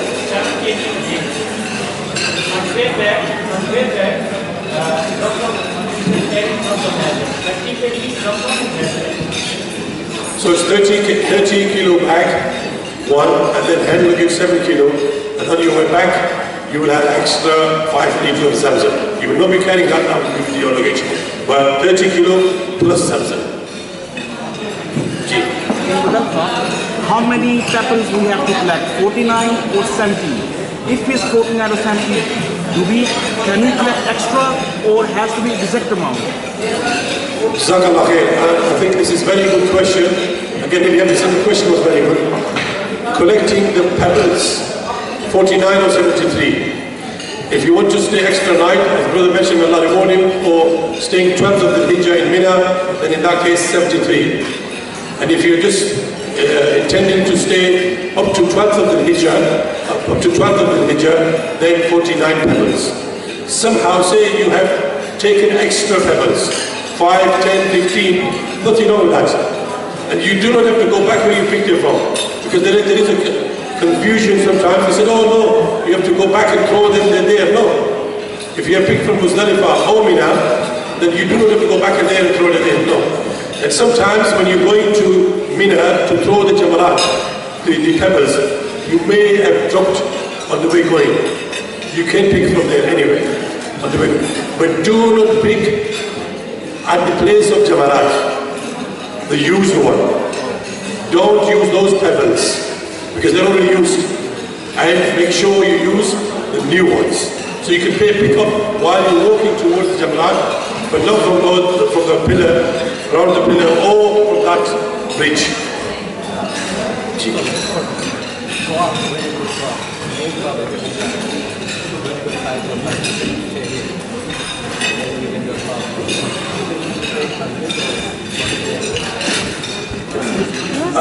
Allah subhanahu wa ta'ala reward you, brother.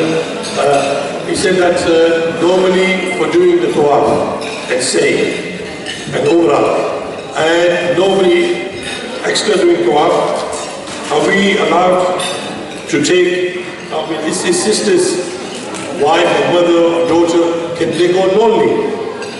I would say, yes, they can go lonely, but if they go into a group of 3, 4, 5, 6 sisters, it is a lot better than going individually. Because we do not know when and where we're going to die. And what could happen to you. So if you are in a group of 3, 4, 5, or 2 sisters even, then alhamdulillah, that is perfect. You can go on your own in Makkah al-Mukarramah and do your own tawaf. That's perfect. But if you want to go with your husband, yes, you can. But go into a group of the ladies, because in Mecca and even in Medina, they've got gates only for ladies. Only for ladies. And especially if you're doing the tawaf or umrah at the time of salah, then it is difficult. It's better to keep in your own haram. It will be easy for you, and they will take care of you better, inshallah. I've got a relative there. If I want to go there to meet them, is there a chance like We're in Mecca. Yeah, in Jeddah. Well, regarding Jeddah, I think you need to take permission from the group leader. It's very difficult if you go before Hajj. After Hajj, I think you can make it easy. But before Hajj, don't try, please, because they are very, very strict. They're not allowing anybody, those people who haven't got permission to do Hajj, they're returning them back. And even those who judge, they may put them for hours and hours, you may have to wait it. So if you want to visit your relative, please visit them after Hajj, not before Hajj. Preferably, if they will visit to Makkah, that will be okay. If you will visit Jeddah, that will still there will be difficult. Or just invite them after Hajj, they can visit. Yeah, they can Question ये है कि अगर मैं अपने वालिद साहब के लिए हज करना चाहूँ तो उसकी नीयत क्या है और क्या मुझे 2 कुर्बानियाँ देनी पड़ेगी? तो इसमें यह है कि आपको सिर्फ एक ही कुर्बानी देनी पड़ेगी। कुर्बानी एक ही है और उसका यह है कि आपने अगर पहले अपना हज किया हुआ है, तो फिर आप अपने वालिद साहब का हज कर सकते हैं। अगर आपने पहले हज नहीं किया हुआ तो फिर पहले अपना हज करें, उसके बाद अपने वालिद साहब का हज करें। इसलिए कि रसूलुल्लाह सल्लल्लाहु अलैहि वसल्लम के दौर में एक आदमी वो किसी और का हज करना चाहता था, उसका नाम था शुक्रमन। तो उसने कहा लब्बैक अल्लाहुम्मा लब्बैक लब्बैक अली शुक्रमन कि अल्लाह के रसूल सल्लल्लाहु अलैहि वसल्लम ने फरमाया कि क्या तुमने पहले अपना हज किया हुआ है? नहीं। तो फिर रसूलुल्लाह सल्लल्लाहु अलैहि वसल्लम ने कहा कि पहले अपना हज करें, फिर शुक्रमन के लिए हिराम बांधना। तो आप जब हिराम बांधेंगे तो आप जब ऐलान करेंगे लब्बैक अल्लाहुम्मा लब्बैक, उस वक्त आपने ये ऐलान करना है कि या अल्लाह मैं हज कर रहा हूँ, मेरे लिए आसानी फरमा। मैं अपने वालिद साहब की तरफ से या वालिदा साहबा की तरफ से उनका नाम लेकर आप जो है वो ऐलान करेंगे। वैसे जो है वो अमूमन जो नीयत का दारोमदार है वो दिल के साथ है, लेकिन यहाँ पर वाज़े अल्फाज है कि आपको ऐलान करना पड़ेगा कि या अल्लाह मैं अपने वालिदा या वालिद के लिए हज कर रहा हूँ।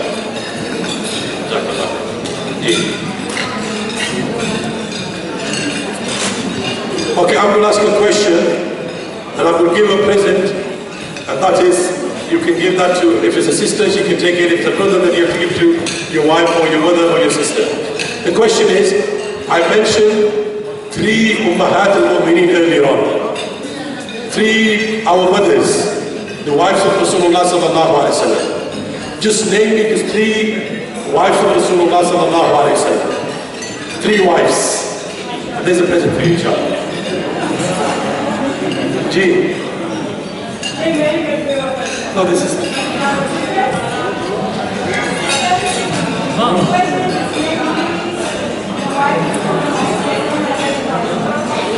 So I think sister mentioned Aisha radiallahu ta'ala anha, Sauda radiallahu ta'ala anha, Khadija. Give to the both sisters. Yeah, don't go there. Give to me one each 3 sisters. Jazakallah khair. Okay, second question is, Hajj has got 3, there are 3 ways of Hajj, or you can say there are 3 different names of Hajj. I just want to know the 3 ways of Hajj. Yes, brother. Tamattu, Jazakallah khair. Tamattu, Qiran and Ifrad. Jazakallah khair. Allah yabarak fik. Another question, and this is very simple, I think, and nearly everyone knows the answer to this. Where is Rawdatun min Riyadul Jannah? If I translate that, I think answer will be there. Where is Rawdatun min Riyadul Jannah? Let's give a chance to sister. Rawdatun min Riyadul Jannah. Yes, sister. Yeah, sister. Yeah, it's in Medina and Muhammad sallallahu alayhi wa sallam's masjid. And it is between Rasulullah sallallahu alaihi wasallam's house and his minbar. Messenger of Allah sallallahu alaihi wasallam says that is one of the gardens of paradise. I think this is a special question now, and this is quite expensive. Again, it's for sisters. That will be for sisters. And the question is, please listen carefully. Listen carefully, sisters. What was the name of the wife of Rasulullah sallallahu alayhi wa sallam who was crying during Hajj? Very simple question. What was the name of the Prophet ﷺ's wife who came to do Hajj with Rasulullah ﷺ and she was crying? Yes, sister. No. Aisha. Jazakallah khair. Very good, my sister. I think I'll go that last one now. Jazakallah khair. It was Aisha radiallahu ta'ala anha. She was crying because she thought she will not be able to do Hajj. And then Rasulullah sallallahu alayhi wa sallam said to Aisha radiallahu ta'ala anha, do not worry, follow the way of Allah and His Messenger. Allah has written this upon all daughters of Adam alayhi salam. Last question now. This is the last thing I've got. Few CDs. I have to ask the brothers now so they can present this to either their wives or their mothers. Brothers, there are 3 battles which happened during Rasulullah sallallahu alaihi wasallam. There are many, but 3 most famous. Please tell me. Very simple question.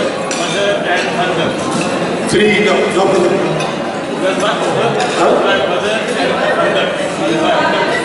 which one? Khandak, okay. Uhud, Khandak, and Badr. Badr is first. Okay, brothers, I've got a beautiful present now. And this is also for sisters. I got this from Sheikh Abdul's place. And this is a CD of Salat al-Tarawih in Haram. Full CD, MP3. And the recitations are Sheikh al-Juhani, Abdullah al-Juhani, Sheikh Abdul's place, Sheikh Saud al-Shurayn, and Sheikh Malik al-Ma'ikri. 5 Imams reading beautiful Quran there.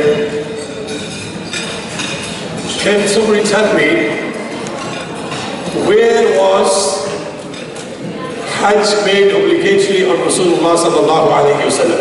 See, I'm asking very, very easy questions. Where was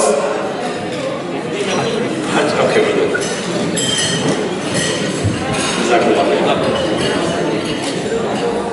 I think I've got another question now, before I pass on to you. This is a very important CD, but it's in Arabic. It's called Al-Maktabat al-Shamila. It's got thousands and thousands of books in it. And especially like hadith books, fiqh books, many, many books in there. I just want a brother or sister to tell me the Ummahat as-Sitta, or the 6 books of hadith. I want to know the names of the 6 books of hadith. 6 books. No, don't mention that. Come on, brother. Gigi, come on then. Jazakallah khair. 6 books of hadith. Jazakallah khair. Come on. Sorry.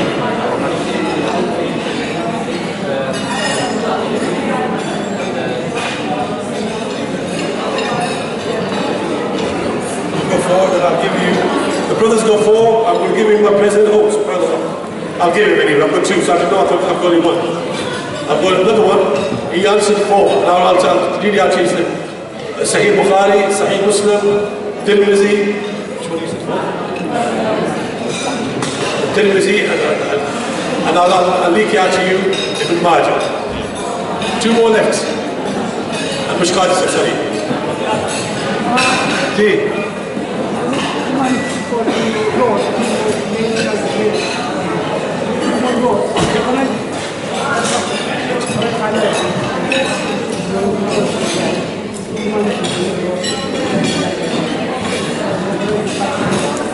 Inshallah, we will give you translated. Inshallah. I'll give you just Okay, Ummahat Sitta, 6 books of hadith. And this is again Al-Maktabat al-Shamila. Thousands and thousands of books in it. I'll give this to the sisters anyway. To the sisters, books of hadith. Subhanallah, Bukhari, Muslim, Nisai, Tirmizi, Ibn Majah. Yes, sister. Okay, this is the last one also for sisters.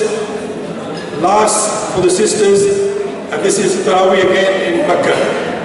Tarawih in Mecca. Full Tarawih in Mecca. Or you can say the full Quran, inshallah. It's MP3. You want it? Full Quran. You can have it, sir. Okay. I think I'll just give the gift to that brother. And the question was in my mind, you know, and that is, who is the most famous companion of Rasulullah sallallahu alayhi wa sallam, who was named as Zinnurayn? Zinnurayn. Don't tell me. Zinnurayn. Uthman radiallahu anhu. Uthman bin Affan radiallahu anhu. And he is the one who narrates this hadith of Rasulullah sallallahu alayhi wa sallam, where he says, the Messenger of Allah sallallahu alayhi wa sallam says, خَيْرُكُمْ مَنْ تَعَلَّمَ الْقُرْآنَ وَعَلَّمَهُ.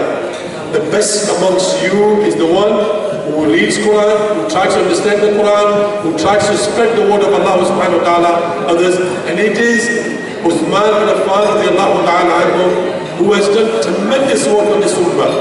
And that is making this Quran into a book and then distributing this to ummah. And that's the Mus'haf which we've got nowadays is Mus'haf Uthmani. And indeed he was gathered during Abu Bakr radiallahu ta'ala's time, and then Uthman Umar radiallahu ta'ala, but it was only one book. But it was Uthman radiallahu ta'ala who printed this and gave this book to the governors. So it was during Uthman radiallahu ta'ala. So keep your relationship with the book of Allah subhanahu wa ta'ala. Keep your relationship with the book of Allah, and do not forget your mother and father. Do not forget your mother and father.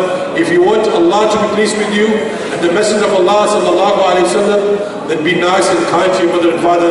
May Allah subhanahu wa ta'ala make your Hajj easy and successful, inshallah. Salimina, amina, wa jazakumullah khair. Jazakallah, Sheikh.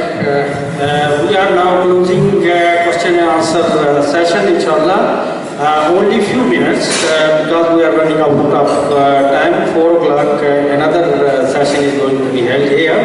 So I call upon, please be ready and vigilant. I call the name and please come forward, and I'll give the passport and the bag to everyone separately.